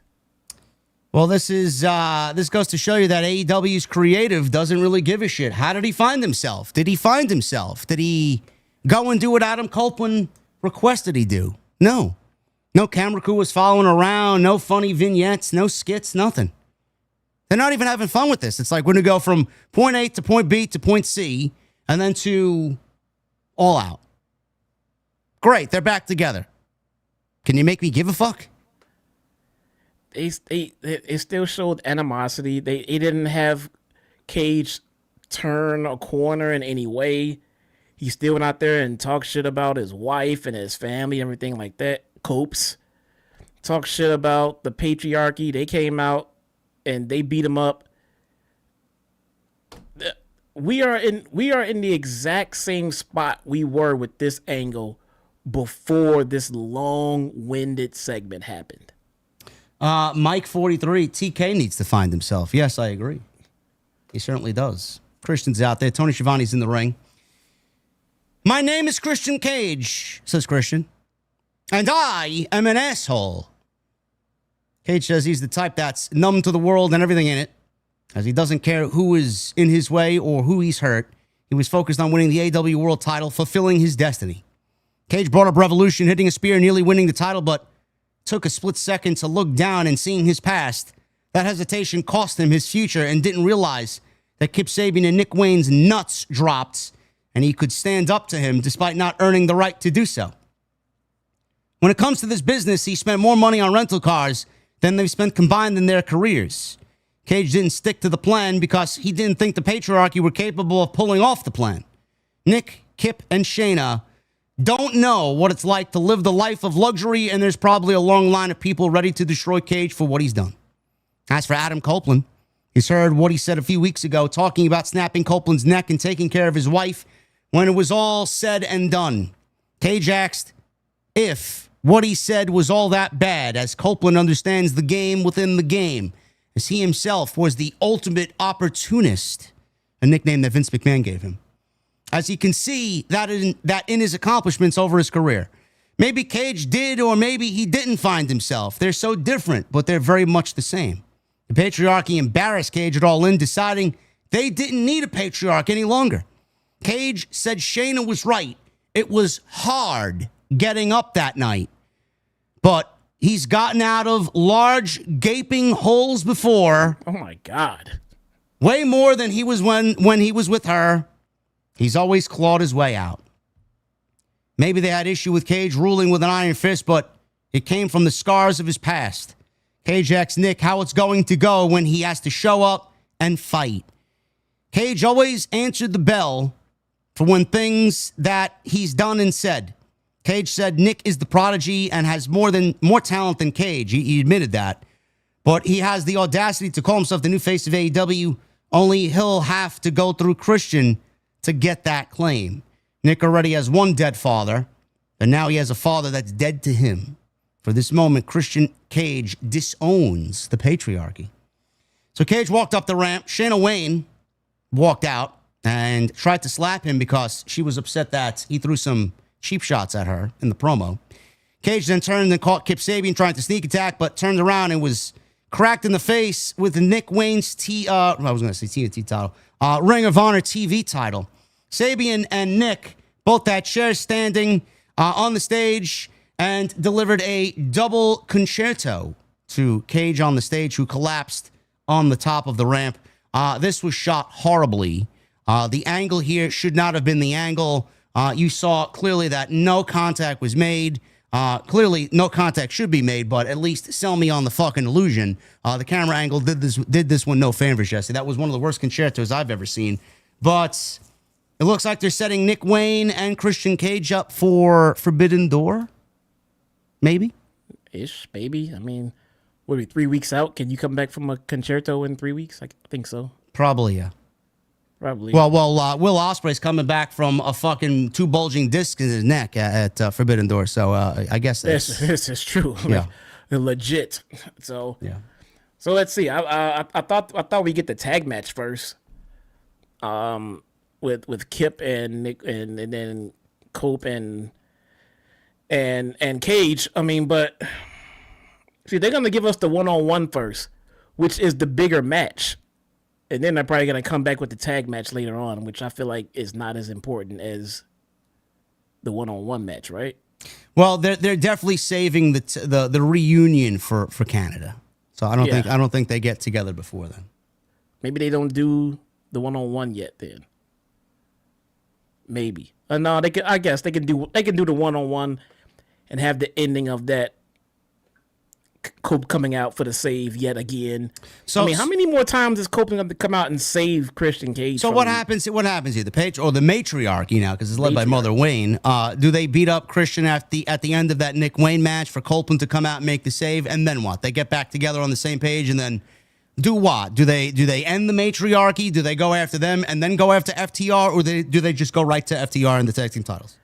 Yeah, I feel like they were working on that reunion with him going to find himself. And they brought him back out and had him just pretty much stay ambiguous as far as what he's going to do and then get beat up again. And, I don't think this angle should have happened. I really don't, because I feel like they're going to do this again to get Cope to come back out and save him. And, like, how many times unless the matriarchy starts beating up Cope, and then Christian Cage comes out to save. I'm like, how long are we gonna do this dance before we just get back together already? You know what I'm saying? Yeah, I don't know. If they wait too long and we have this sidetrack with the patriarchy, or what is now the ex-patriarchy, I'm not really interested in this. Like, I'm not interested in Kip, Mother Wayne, or Nick Wayne without Christian Cage. They haven't done anything storyline wise, or creative hasn't really given them much juice for me to actually care. Like, Christian's the one I care about. Christian and Copeland is the reunion I want to see. These guys, it's like a side quest that I don't really want to fucking play. So the question is, are we believing in Nick Wayne being the leader of his own faction? No. And I think that's the ultimate question right there. No. And it's just not working, man. Well, FTR were backstage with Stokely Hathaway, who said they're one step closer to taking back their AEW tag team titles. Copeland deserves to be banned from ringside tomorrow night. What the Hurt Syndicate did last week was cowardice, and the Bang Bang Gang are good, but they aren't FTR. Well, they're good, but it's not the Gun Club, and it is not Jay White and Juice Robinson. It is a conglomeration of Juice and the Guns tomorrow night, Banned from ringside means absolutely dick now. Well, he says he deserves to be banned from ringside. He's not banned completely from ringside. He could show up if he wants to. Okay, there we go. Okay, good. So the Young Bucks that was going to happen anyway. Yeah. The Young Bucks walk in, and FTR says they're happy the Bucks won tonight as they put the past in the past and hope to see them in the finals. I don't, Dax. Nobody wants to see that. They both shake hands as Hathaway stops and said the Bucks aren't in charge anymore, right? The Bucks agreed that they weren't. As Hathaway motioned like he was going to backhand them before hobbling away on his crutch, Matt screams that everyone in this company is so fickle. Yes, I believe that everybody is fickle. We're fickle, they're fickle, everybody's fickle. Yep. Adam Page, Jon Moxley, AEW World Title, happening in the middle of the show at 9 o'clock. Everybody banned from ringside, says Boss Man. Sure. So we got extra security around ringside. That went nowhere. Since when? Because everybody's banned from ringside, bro. But this is not the first time people have been banned from people are banned from ringside during the honor rules matches. There's no security all around the fucking ring. They're banned from ringside. I don't know. So we got extra security. We'll pick it up right before the first commercial break here. Paige got to the ropes. We had Moxley getting Paige in a Kimura. So Moxley and the Kimura broken up because Paige got to the ropes. Moxley tried to charge, ran into a pop-up powerbomb. Paige goes for recovery, gets a 2. Moxley went outside, drove Paige into the steps, and then brought him up for a pile driver onto the steel steps as we went into a commercial break. How many pile drivers did you count in this match, bro? 4. 4 pile drivers. 4. Yes. Don't know why we're dropping the world champion on his head, but I'm not AEW.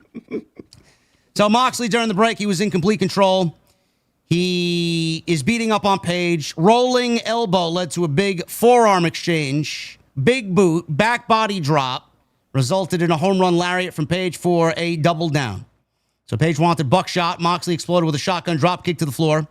He starts cleaning off the announce table. Moxley wanted a pile driver on it. Page countered into a dead eye. The table did not break. Guess it's made of that solid oak, huh? Oh, wait. So, question. Yeah. Does the dead eye count as a pile driver? I would say he's getting dropped on his head. Yes. So I think we're up to 6 now. Okay, so 6. All right. 6 dropping of the head on Yeah. Wednesday night here in this time. I think we get 2 dead eyes. Okay. So Page wanted buckshot, drop kick from Moxley, cleaned off the announce table, dead eye, table didn't break. Another lariat back inside by Page. Moxley kicked out, saying it'll take more than that. Big moonsault out of the corner by Page, landed a tombstone pile driver, which they showed the replay. I thought I was seeing things. Moxley's head came incredibly close from being driven into the mat. So It connected. It definitely connected a little bit too much there. Instead of him being driven shoulders into the knees, which the pile driver, the tombstone pile driver, should be, he dropped him on his fucking head. Yeah. I just want to let everybody know. Moxley desperately picked the ankle and got a bulldog choke to follow. Gator roll, front face lock. Page managed to reverse into a crossface. Moxley got to the ropes. Page wanted a dead eye on the apron, but Moxley raked the back and hits a pile driver on the apron. And he hit flush. I don't know why we're delivering a pile driver to the world's heavyweight champion that we just crowned 2 weeks ago on the apron. I don't understand it. And then in the ring, a Gotch style pile driver by Moxley. So 2 back-to-back pile drivers after the tombstone. That only got a 2 count. Why don't we just destroy the pile driver altogether, huh? We got 6 in one match. Fucking non-existent move is the pile driver in AEW. Moxley wanted Death Rider. Page spun out of it. Big hook. Moxley is laughing because he just ate that punch from Page. Forearms from Moxley only woke up Page. They get into it. He booted Moxley outside before hitting the Orihara moonsault to the outside. He usually does it aisleway side. He used it towards the guardrail side, and he came off the top rope and smashed into the guardrail off the moonsault. Your camera just went out. I see nothing but the Elgato logo now. Oh, fuck off, man. Page tried a buckshot. Moxley countered. Tried Death Rider. Page countered into a dead eye. Only Moxley's leg clipped Paul Turner, and the referee is down. So Claudio and Wheeler Yuta come out from the crowd. They are held off by security. So they are, I don't know where the extra security was, but Marina Shafir clearly slipped by everybody. Threw the AEW title into the ring so Moxley could use it. He decked Page with the title, who's trying buckshot. Moxley nearly stole it. That was actually a very good spot. Page kicked out, and the arena, or the auditorium, went crazy. So Paul Turner saw Shafir, booted her from ringside, kicked her out. Security with Claudio had to pull her away. Shafir kept apologizing to Moxley.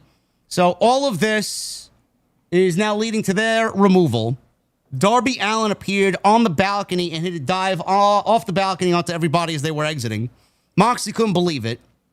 Page hits a big boot, buckshot. Moxley escaped deadeye, tried another pile driver, but Page hit deadeye. Then he went for another buckshot, which was the 1, 2, 3, and Page got the win over Jon Moxley. So he retains the AEW World Championship. I don't know what else we could say, Jesse. We talked about this in the beginning of the show, what we liked and how the title match happened in the middle of the show and how the AEW stipulation here insulted the fans' intelligence because we got nothing but interference from Claudio and Wheeler and Marina Shafir, even with the extra security. And then Darby Allin comes out and causes a distraction, which leads to the end of the match. It was a circus. The match itself was fine, but there's a lot I didn't like about this. A lot that I did like about it, but in the end, I still question why we just couldn't get to the same result with Page winning clean over Jon Moxley and just adhering to the stipulation that you gave us last week. Yeah, I'm still kind of, if they just would have called it a regular match, just a regular fucking match, and the ref takes a bump, and then interference comes out, there's no difference in that and what we got. A match with no interference, but the ref takes a bump, and then someone comes out. Like, what is the purpose of saying that no one is allowed at ringside? How did they even get past you in Gorilla? Like, a standard match is the exact same thing you would do here. Bump the ref and then someone comes out and then does shit behind the ref's back. What is the difference? Why would you put that stipulation out there just to renege on it? Just don't even put the stipulation out there. I don't know why they said anything. Just makes everybody look bad. It's important, man. When you tell the fans you're getting this kind of match, I think it's important that you deliver on that kind of match specifically. I mean, you got to hold some form of integrity with your fan base when you say certain things. If you tell us you're going to give us a cage match, I don't expect to come out and not get a cage match. And that's exactly what we did here when you said this match will have no one allowed at ringside, and then you gave us everyone at ringside. I mean, you have to give us, at least if you tell us, hey, it's going to be a cage match, it's implied or assumed that there will be no interference in the ring. We all know that it happens, but at the same time, you didn't say that there'd be nobody in the ring. You said we get a cage match, you give us a cage match, and you honor your word. If you tell us there'll be no interference and no one is allowed at ringside, and then you give us everyone at ringside, then you just straight up lied. Yeah, I don't know. We can sit here and complain about what they did wrong and what they did, what they didn't do. I just find it to be a little ridiculous. A lot of it is just ridiculous. They come out of 28,000 people in Arlington to do 1,100 people here in Chicago. So this match was nothing more than a ratings grab. That's all it was. We can even go back to what we talked about last week. Hangman Page is wrestling how many weeks now? 3 straight weeks coming out of All In? He doesn't need to be wrestling every single week. He's the world champion. He doesn't need to do that. He should be finding people to wrestle him. He doesn't need to be wrestling every week. You know who's not wrestling? MJF. I know. Well, what the fuck is... He's the smart one. Why is he not wrestling and Hangman is? He's the only one with a fucking brain there. What? I mean, does he have a certain amount of working dates on his fucking... I mean, what are we doing here? I don't know. The guy comes out to the city, stays in his suit, doesn't break a sweat. He ran up the ramp. That's the most he did. But the world champion is wrestling every fucking week. So, Hangman wins. Moxley and Darby seems to be the direction. What Moxley does at Forbidden Door, I don't know who is wrestling who at Forbidden Door. We're not doing Moxley and Darby at Forbidden Door. Or maybe we are, and we just get a second match at All Out. I have no idea. We'll see what happens. But when is All Out? September 24th. Fucking hell, man. Or somewhere in the third week of September, I think. That shit is just so close together, man. Yep. Forbidden Door is just in the way at this point.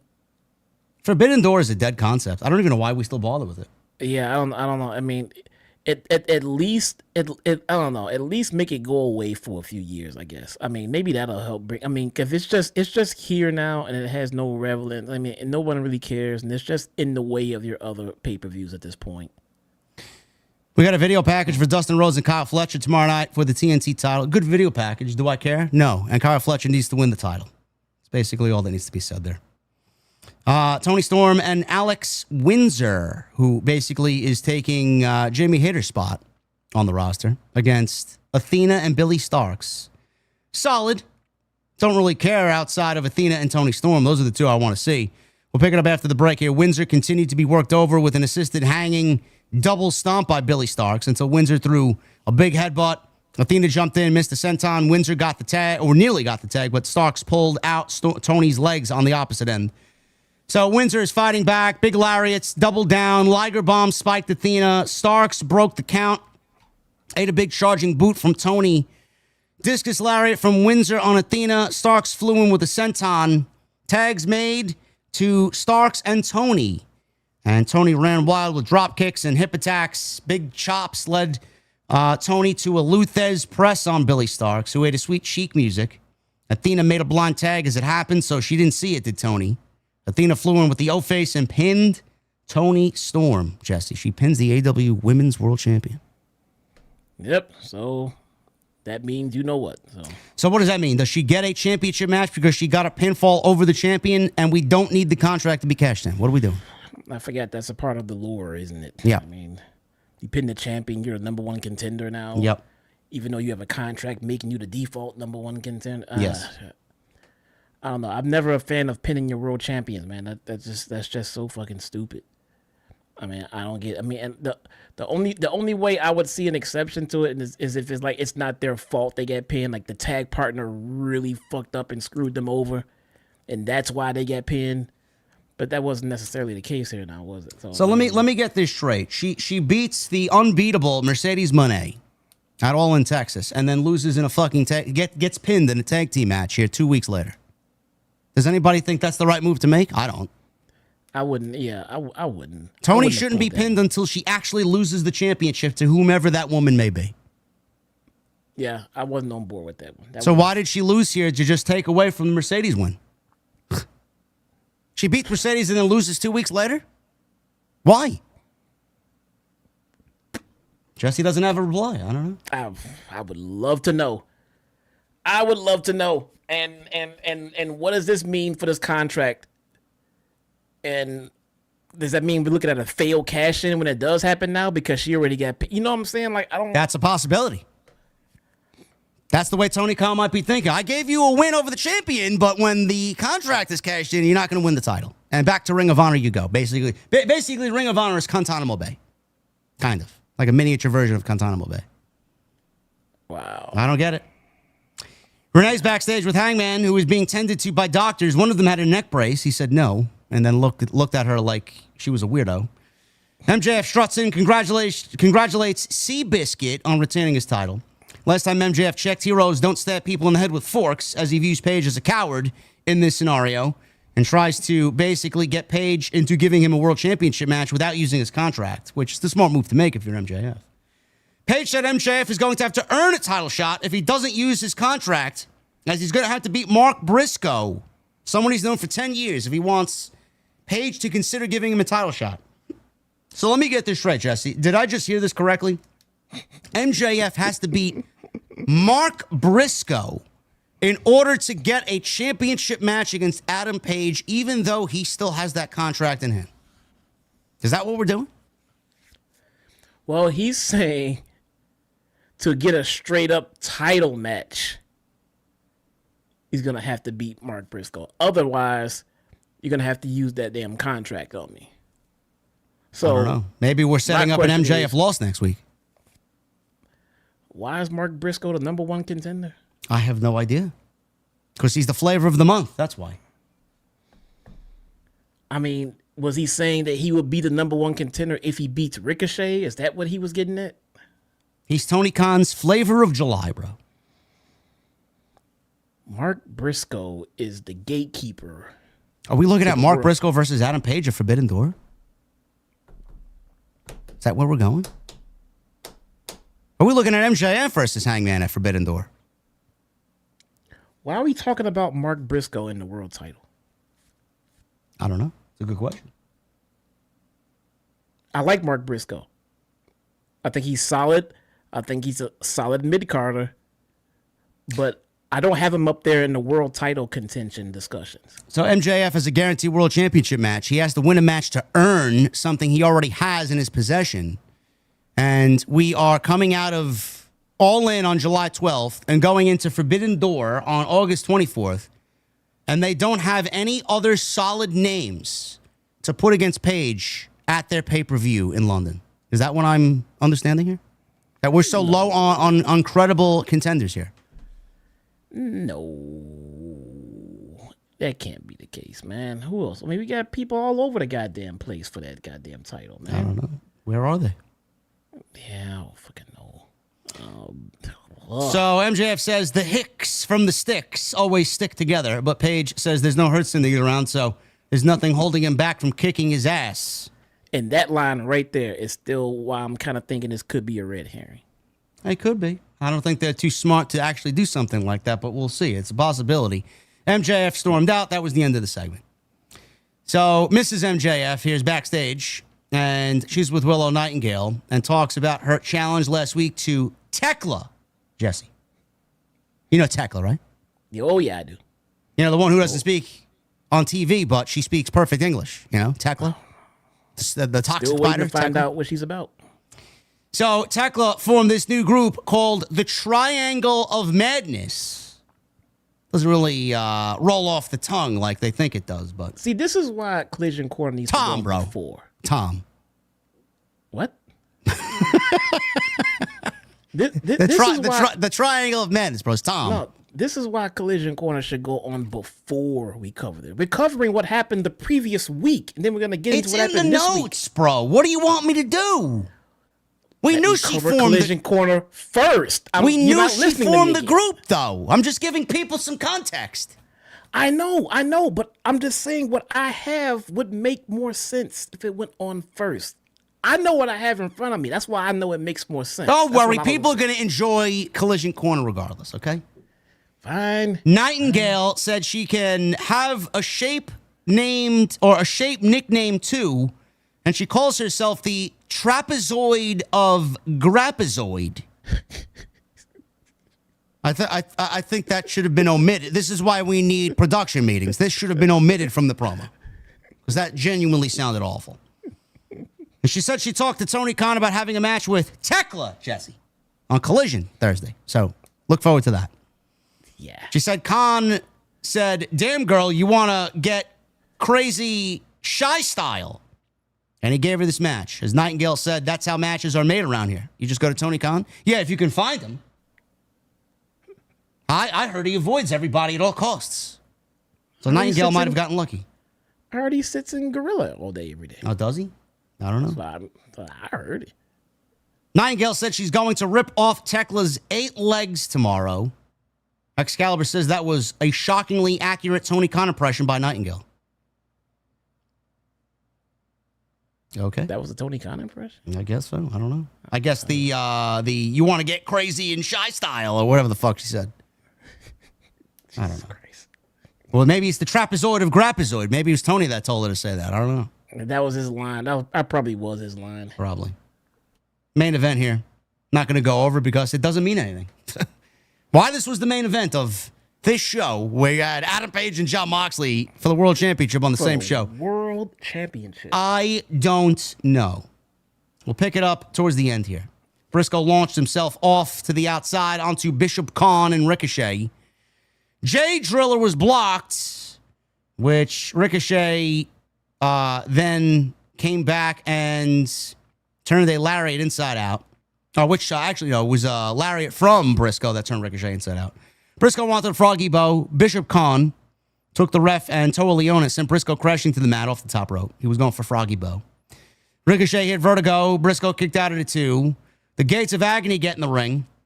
And all of a sudden, Brody King and Bandito make the save. Brodito make the save. Please stop saying that. Brodito makes the save. Oh, and they'll be facing Brodito tomorrow, the Gates of Agony. So Brodito brawl to the back with the Gates of Agony as Ricochet's left all alone.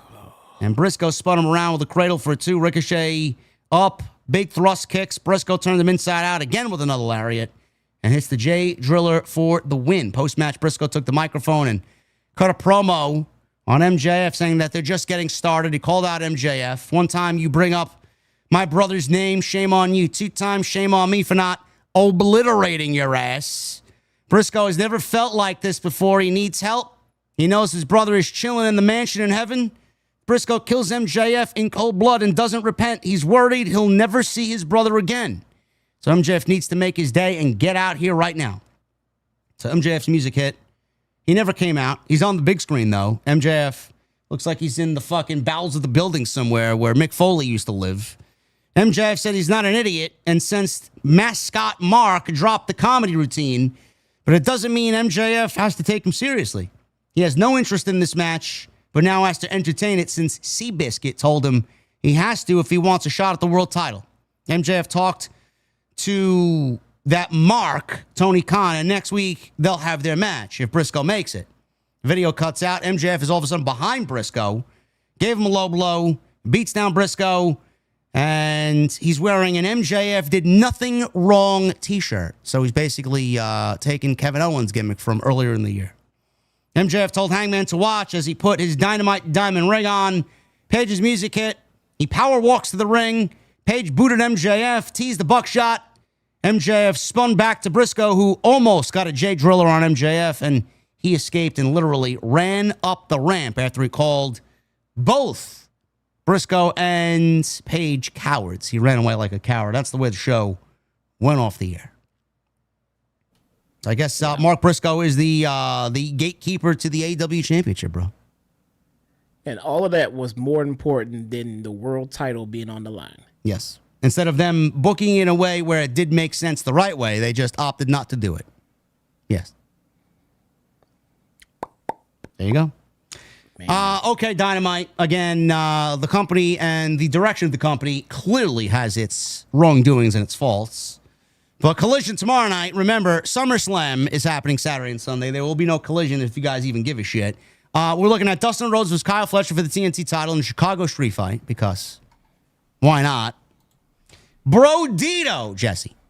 Brody King and Bandito versus the Gates of Agony versus Brodito, bro. Total Leon and Bishop Kong versus Brodito for the AEW Tag Team Title Eliminator quarterfinal. FTR, Dax Harwood, and Cash Wheeler versus the Bang Bang Gang. This is Juice Robinson and Austin Gunn. That is a semifinal match.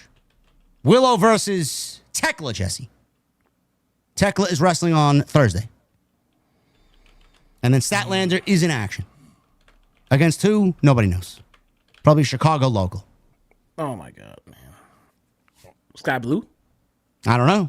And Dynamite next week, we have MJF versus Mark Briscoe confirmed for next week's Dynamite in, where are they? Cleveland? Cincinnati? Ohio? Somewhere. Ooh, yeah. I mean, where's their next residency? I forgot. I don't know. It's happening in Philadelphia in September. Oh, okay. At the ECW Arena. Maybe Brodito will be there. Oh, I swear, bro. Stop fucking calling them that. Just call them fucking Brody and Bandito. That is not a thing. No one's called Bro fucking Dito. Brodito is their name, bro. Respect it. Why are they a team? Arriba! Fucking hell. Don't we have somewhere to be, bro? We do have somewhere to be.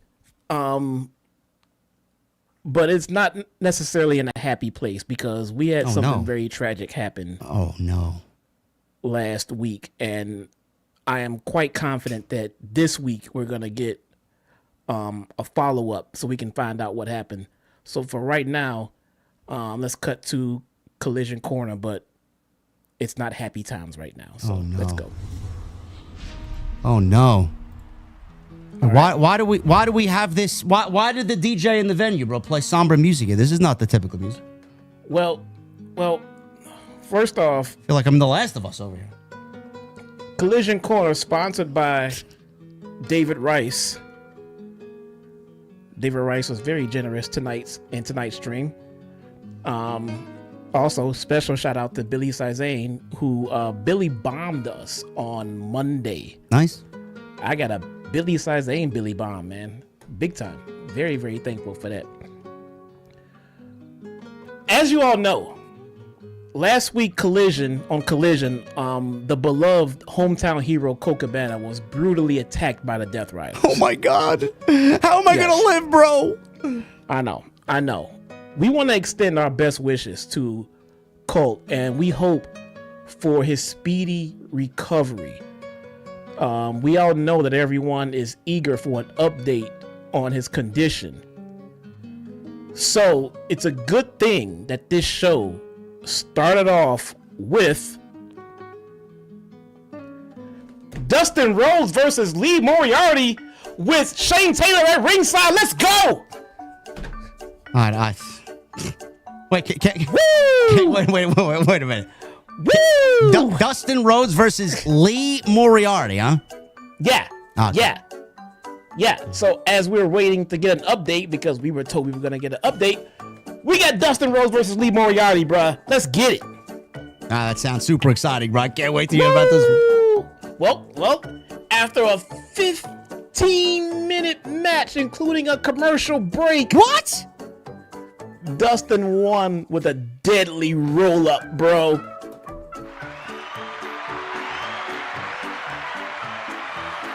Now, let me ask you about Lee Moriarty, bro. Is he also, like, in that Mr. Collision aura, like, AR Fox? Sorta, but no, because he's in Shane Taylor Productions, and Shane Taylor Productions is a part of the Collision crew. Now, what do they produce, bro? I guess they produce losses, right? Big Bill and Brian Keith versus Juice and Austin Gunn. The Bang Bang Gang advance to the semifinals to the World Tag Team Title Eliminator. Shout out to Colton. Hope he gets better soon. Wait a minute. Were the Bang Bang Gang rock hard on Saturday Night, bro? That's disgusting, bro. No one is going to be rock hard until we get our beard back, all right? Oh, man. Until this smooth baby face thing is gone and we get our beard back, he's just Juice. There's no more rock hard, bro. We get another Max Caster 5-minute challenge. Oh, they've increased it to 5 minutes now. It's great. Oh, yeah. This time, it's Anthony Bowens. Whoa. Look at that. Again? Look at... Oh, hey. You don't remember it before, okay? Wait a minute. Is he now like the tool, the 3-tool player? What is he now? Let me see. Hold on. Bowens wins in 2 minutes. Attacks Caster after the match and seemingly turns heel. Not gonna lie. Mildly interesting. I might have seen a tool. So he has one tool. Ooh, okay, I'm not going there. All right. At least he got a win, right? He got a win. He has 1 win and 5 tools. Okay. So, we get an 8-man tag match, bro. Guess what's on the line? Come on. Wait a minute. Let me guess. A $25 gift card to Dunkin' Donuts. A $100 gift card to Olive Garden. Bro, come on, man. This is serious business. A $50 gift card to Lowe's, bro. What is it? $400,000. Wow. And earlier on in the night, Don Callis walked up on Shane Taylor and said, hey, since my team is joining up with your team and we win, we can split the money. I get $300,000, you get $100,000, and then walk the fuck off. Has anyone actually seen this fictional money? Has anybody seen it? Who carries money? Everything gets like Zelle and Venmo, bro. Why is he putting money in this match when he could use that money to go hire a creative writer? I say he can use that money to give to the audience. You know, $400,000, if you give them to 1,100 people, that's pretty fucking significant money, man. That's like, what, $400 a person? I would go. Tony Khan's a generous guy, bro. Nah, I would go to a show for $400. I don't know. I mean, why not? We get Lance Archer, Hechicero, and the Infantry versus the Outrunners, Tomohiro Ishii, and Hologram. Wait a minute. You didn't tell me Hologram was on this show, bro. Hey, surprises, bro. Are we, oh, there we go. Okay. Oh, man. Fun fact, Shivani actually, literally called Hologram the Collision Phenom. No, he didn't, bro. Are you kidding me? He's 24-0. He is now labeled, his moniker is the Collision Phenom.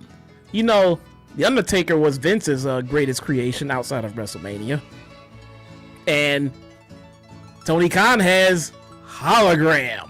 Bro, I don't believe they use that terminology in describing Hologram, man. That's I'll ridiculous. soundbite that shit. It God. happened. The baby faces win the cash. I think the Outrunners got the pin. Whatever. Okay.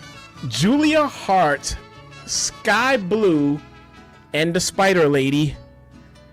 They are officially called the Triangle of Madness. Easily the most creative group name ever made. Ever. I'll tell you what, bro. If there's a triangle that I'd like to be a part of or in the middle of, it would be that one there. That's a pretty decent triangle to be in. Yeah. But hold on. They squashed Lady Luck, Maserati, Whoa. and Rachel Ellering. Wait a minute. Lady Luck? Lady Luck. Hey, we're done with the luchadors. What are we doing? Get out of there. Wait. Who's the other woman? Lady Luck and who? Maserati. Maserati? Yes. She didn't mean there for a fucking car? Well, Oh, I mean, it's not the first one. What? Lexus, Mercedes. does she look like does she look as good as a Maserati? Mercedes. Does she look as good as a Maserati? No. No, okay. No. Are we still in Lucha Lane music? I like the Lucha Lane Bros. Hey, here you go. There you go. Thank you so much. The entrances took longer than the match. All right? But it was still longer than it took them to come up with the name Triangle of Madness, though. Well, I think Tony Khan needs to bring in Lady Luck more, man. He needs that to book these shows. They begin to attack one of them after the match, but out comes Queen Amanada for the save. She has the black mist around the eye. You know when, Julie Hart sprays you in the face with the black mist, and sometimes it consumes you and you end up, Sure. joining them. Which sometimes, is a precursor for them joining Julia Hart. Well, if that happens, then the Triangle of Madness will have to become the Square of Madness, I guess. Well, I don't know, man. I'm just kind of foreshadowing here that this black mist will do nothing, and they'll probably end up dropping it from her gimmick. Okay, fair. All right. But then Megan Bayne comes out to destroy Queen Amanada. She smiles and winks at the Triangle of Madness. So now it looks like Megan Bayne is going to be the fourth in the Square of Madness. I have no idea what's going on here. Well, I don't know. What are they called at that point? Isn't a diamond like a triangle? Diamond's got how many sides? What? 4? A diamond comes in different. Man, it is the triangle. Triangle of Why don't we just call it what it is, bro? Garbage. Oh my God. The patriarchy is now called the matriarchy. And they are facing Angelico and AR Fox. Okay, now watch this. Watch this. Who? So, watch this. AR Fox went to the back and challenged the matriarchy to a match. He's like, you, Nick, you and Kip, I want you two to face me and a tag partner of my choice out there in the ring. And Nick agreed to it. And AR Fox went out and got his tag team partner. And this motherfucker came back with Angelico. Angelico. Who? Frangelica? I love that liqueur, bro. It's delicious. Like, I thought he was about to come out with some plan. Oh, Angelico. Oh, okay. Like, I thought he was about to come out with Kenny Omega or something. He chooses Angelico. Well, where is he on a normal week, bro? Was he just there? Yeah, he found him. Where did he find him? He just found him in the back. How could anybody possibly fucking find this redeeming, bro? Well, and he does come out and he does this. Remember he. What is that? Is that like the retarded Jacob Fatu? What is that? That's the What is that, man? He did. Well, they lost. They lost. I mean, of course they did. Why? You think they'd win? AR Fox win a match? They lost. I mean, main event. Who? Main event is for the ROH Women's World Championship. Alex Windsor Ospreay versus Athena. Love how they just replaced Jamie Hayter with Alex Windsor, man. Like we wouldn't know. Same accent, different look, huh? One looks like a fucking Scooby-Doo character. The other one looks like she is off the streets of Birmingham, England. What happened here? All right, sorry. Why are you doing the retarded Fatu, bro? Stop. Sorry. Got caught up in the moment. This outcome was as predictable as they come. But I will say the match was actually really good. We talk about Alex, make fun of her, not knowing anything about her. She's really good. She's really good in the ring. Athena hits the O-face for the win. Post-match beatdown. Toni Storm with the save.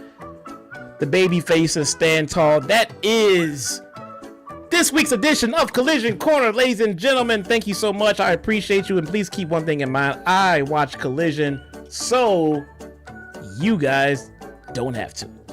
Send in Angelico, bro. You got to get him involved, okay?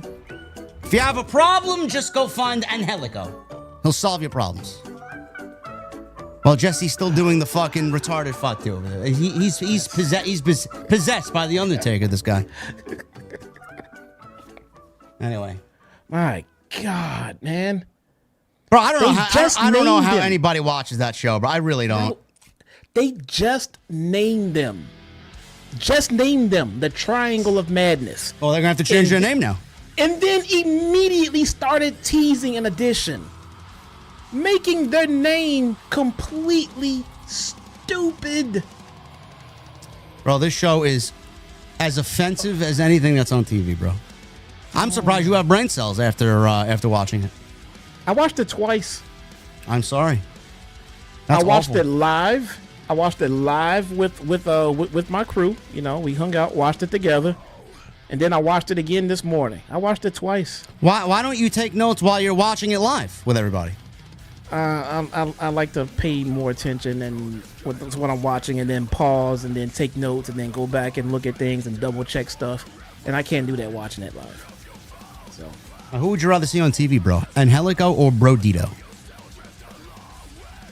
Okay, this is my question. Super chats, get them on in, guys. We're gonna hang out for a little bit, and then I am hopping on D2, bro.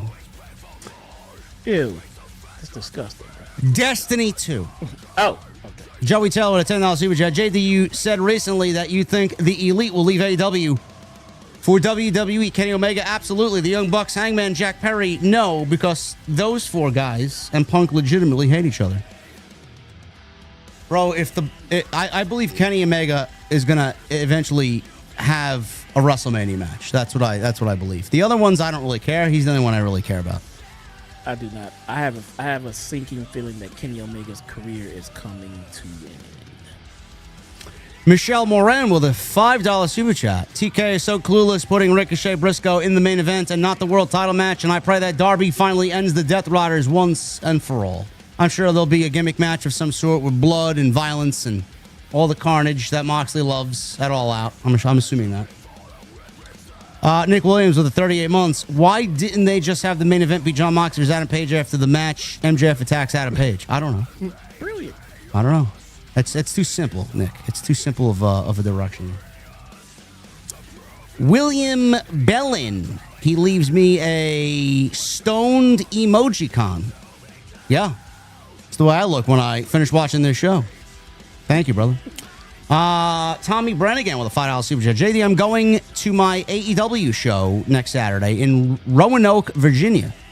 And I will go repping my Tuesday Night Titans t-shirt and OTS hat. Love it, Tommy. Love it. Please don't let the security guards confiscate the t-shirt or the hat, okay? Eric Aviles with 33 months. What's up, JD and Jesse? What do you guys think of AEW one day running a pay-per-view in Puerto Rico? We deserve one, and I know WWE is too petty to run it back here. Give it some years, bro. I think WWE will absolutely once again visit Puerto Rico. AEW, no. I don't have. Is there an audience for AEW in Puerto Rico? That's always the question. They send feelers out and what's it called, like marketing teams to find out if there's an audience for it or not. Yeah. So if there's any money there, believe me, they'll be running over there to make it. Arcade the Hedgehog with a $5 super chat. I'm sorry, JD, but the truth is I'm here for the Dark Horse. rides, you're just a bonus. Or Dark Horse rides, you're just a bonus. All right, Priya, listen, man. I'm here for the Dark Horse, too. Also, the 5. But I did some DoorDash deliveries to share my money with you because I like you, Wrestling Rants, and I'm wondering, what was the loudest screaming you did? Probably nothing tops that Battleground show 2017, I think, with Great Khali versus Randy Orton in the prison match, Punjabi prison match. And then maybe Goldberg and Wyatt in Saudi. Yeah, I think those are the top 2. Recently, I would say the AEW Dynasty ending, where I just completely went ballistic on AEW. That was back in April. Street Fighter with a 5. Hit the like button. I'm trying to see Collision Corner. Well, you did. Thank you, Arcade, and thank you, Street Fighter. Sidro with a 5. What's a horny pirate's worst nightmare? A sunken chest with no booty. Jesse doesn't approve.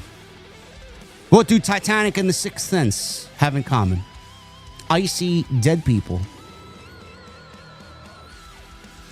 Okay. Hashtag off to Vegas. Enjoy yourself, bro. Okay, like that.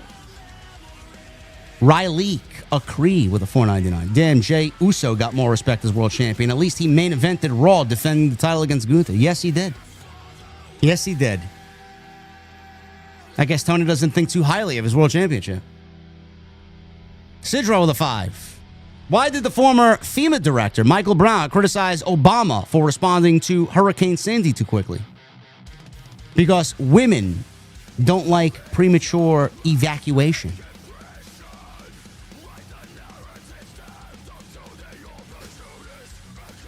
I take back what I said about the last one. Sidro with a $2 super chat. What detergent do tsunami victims use? Tide.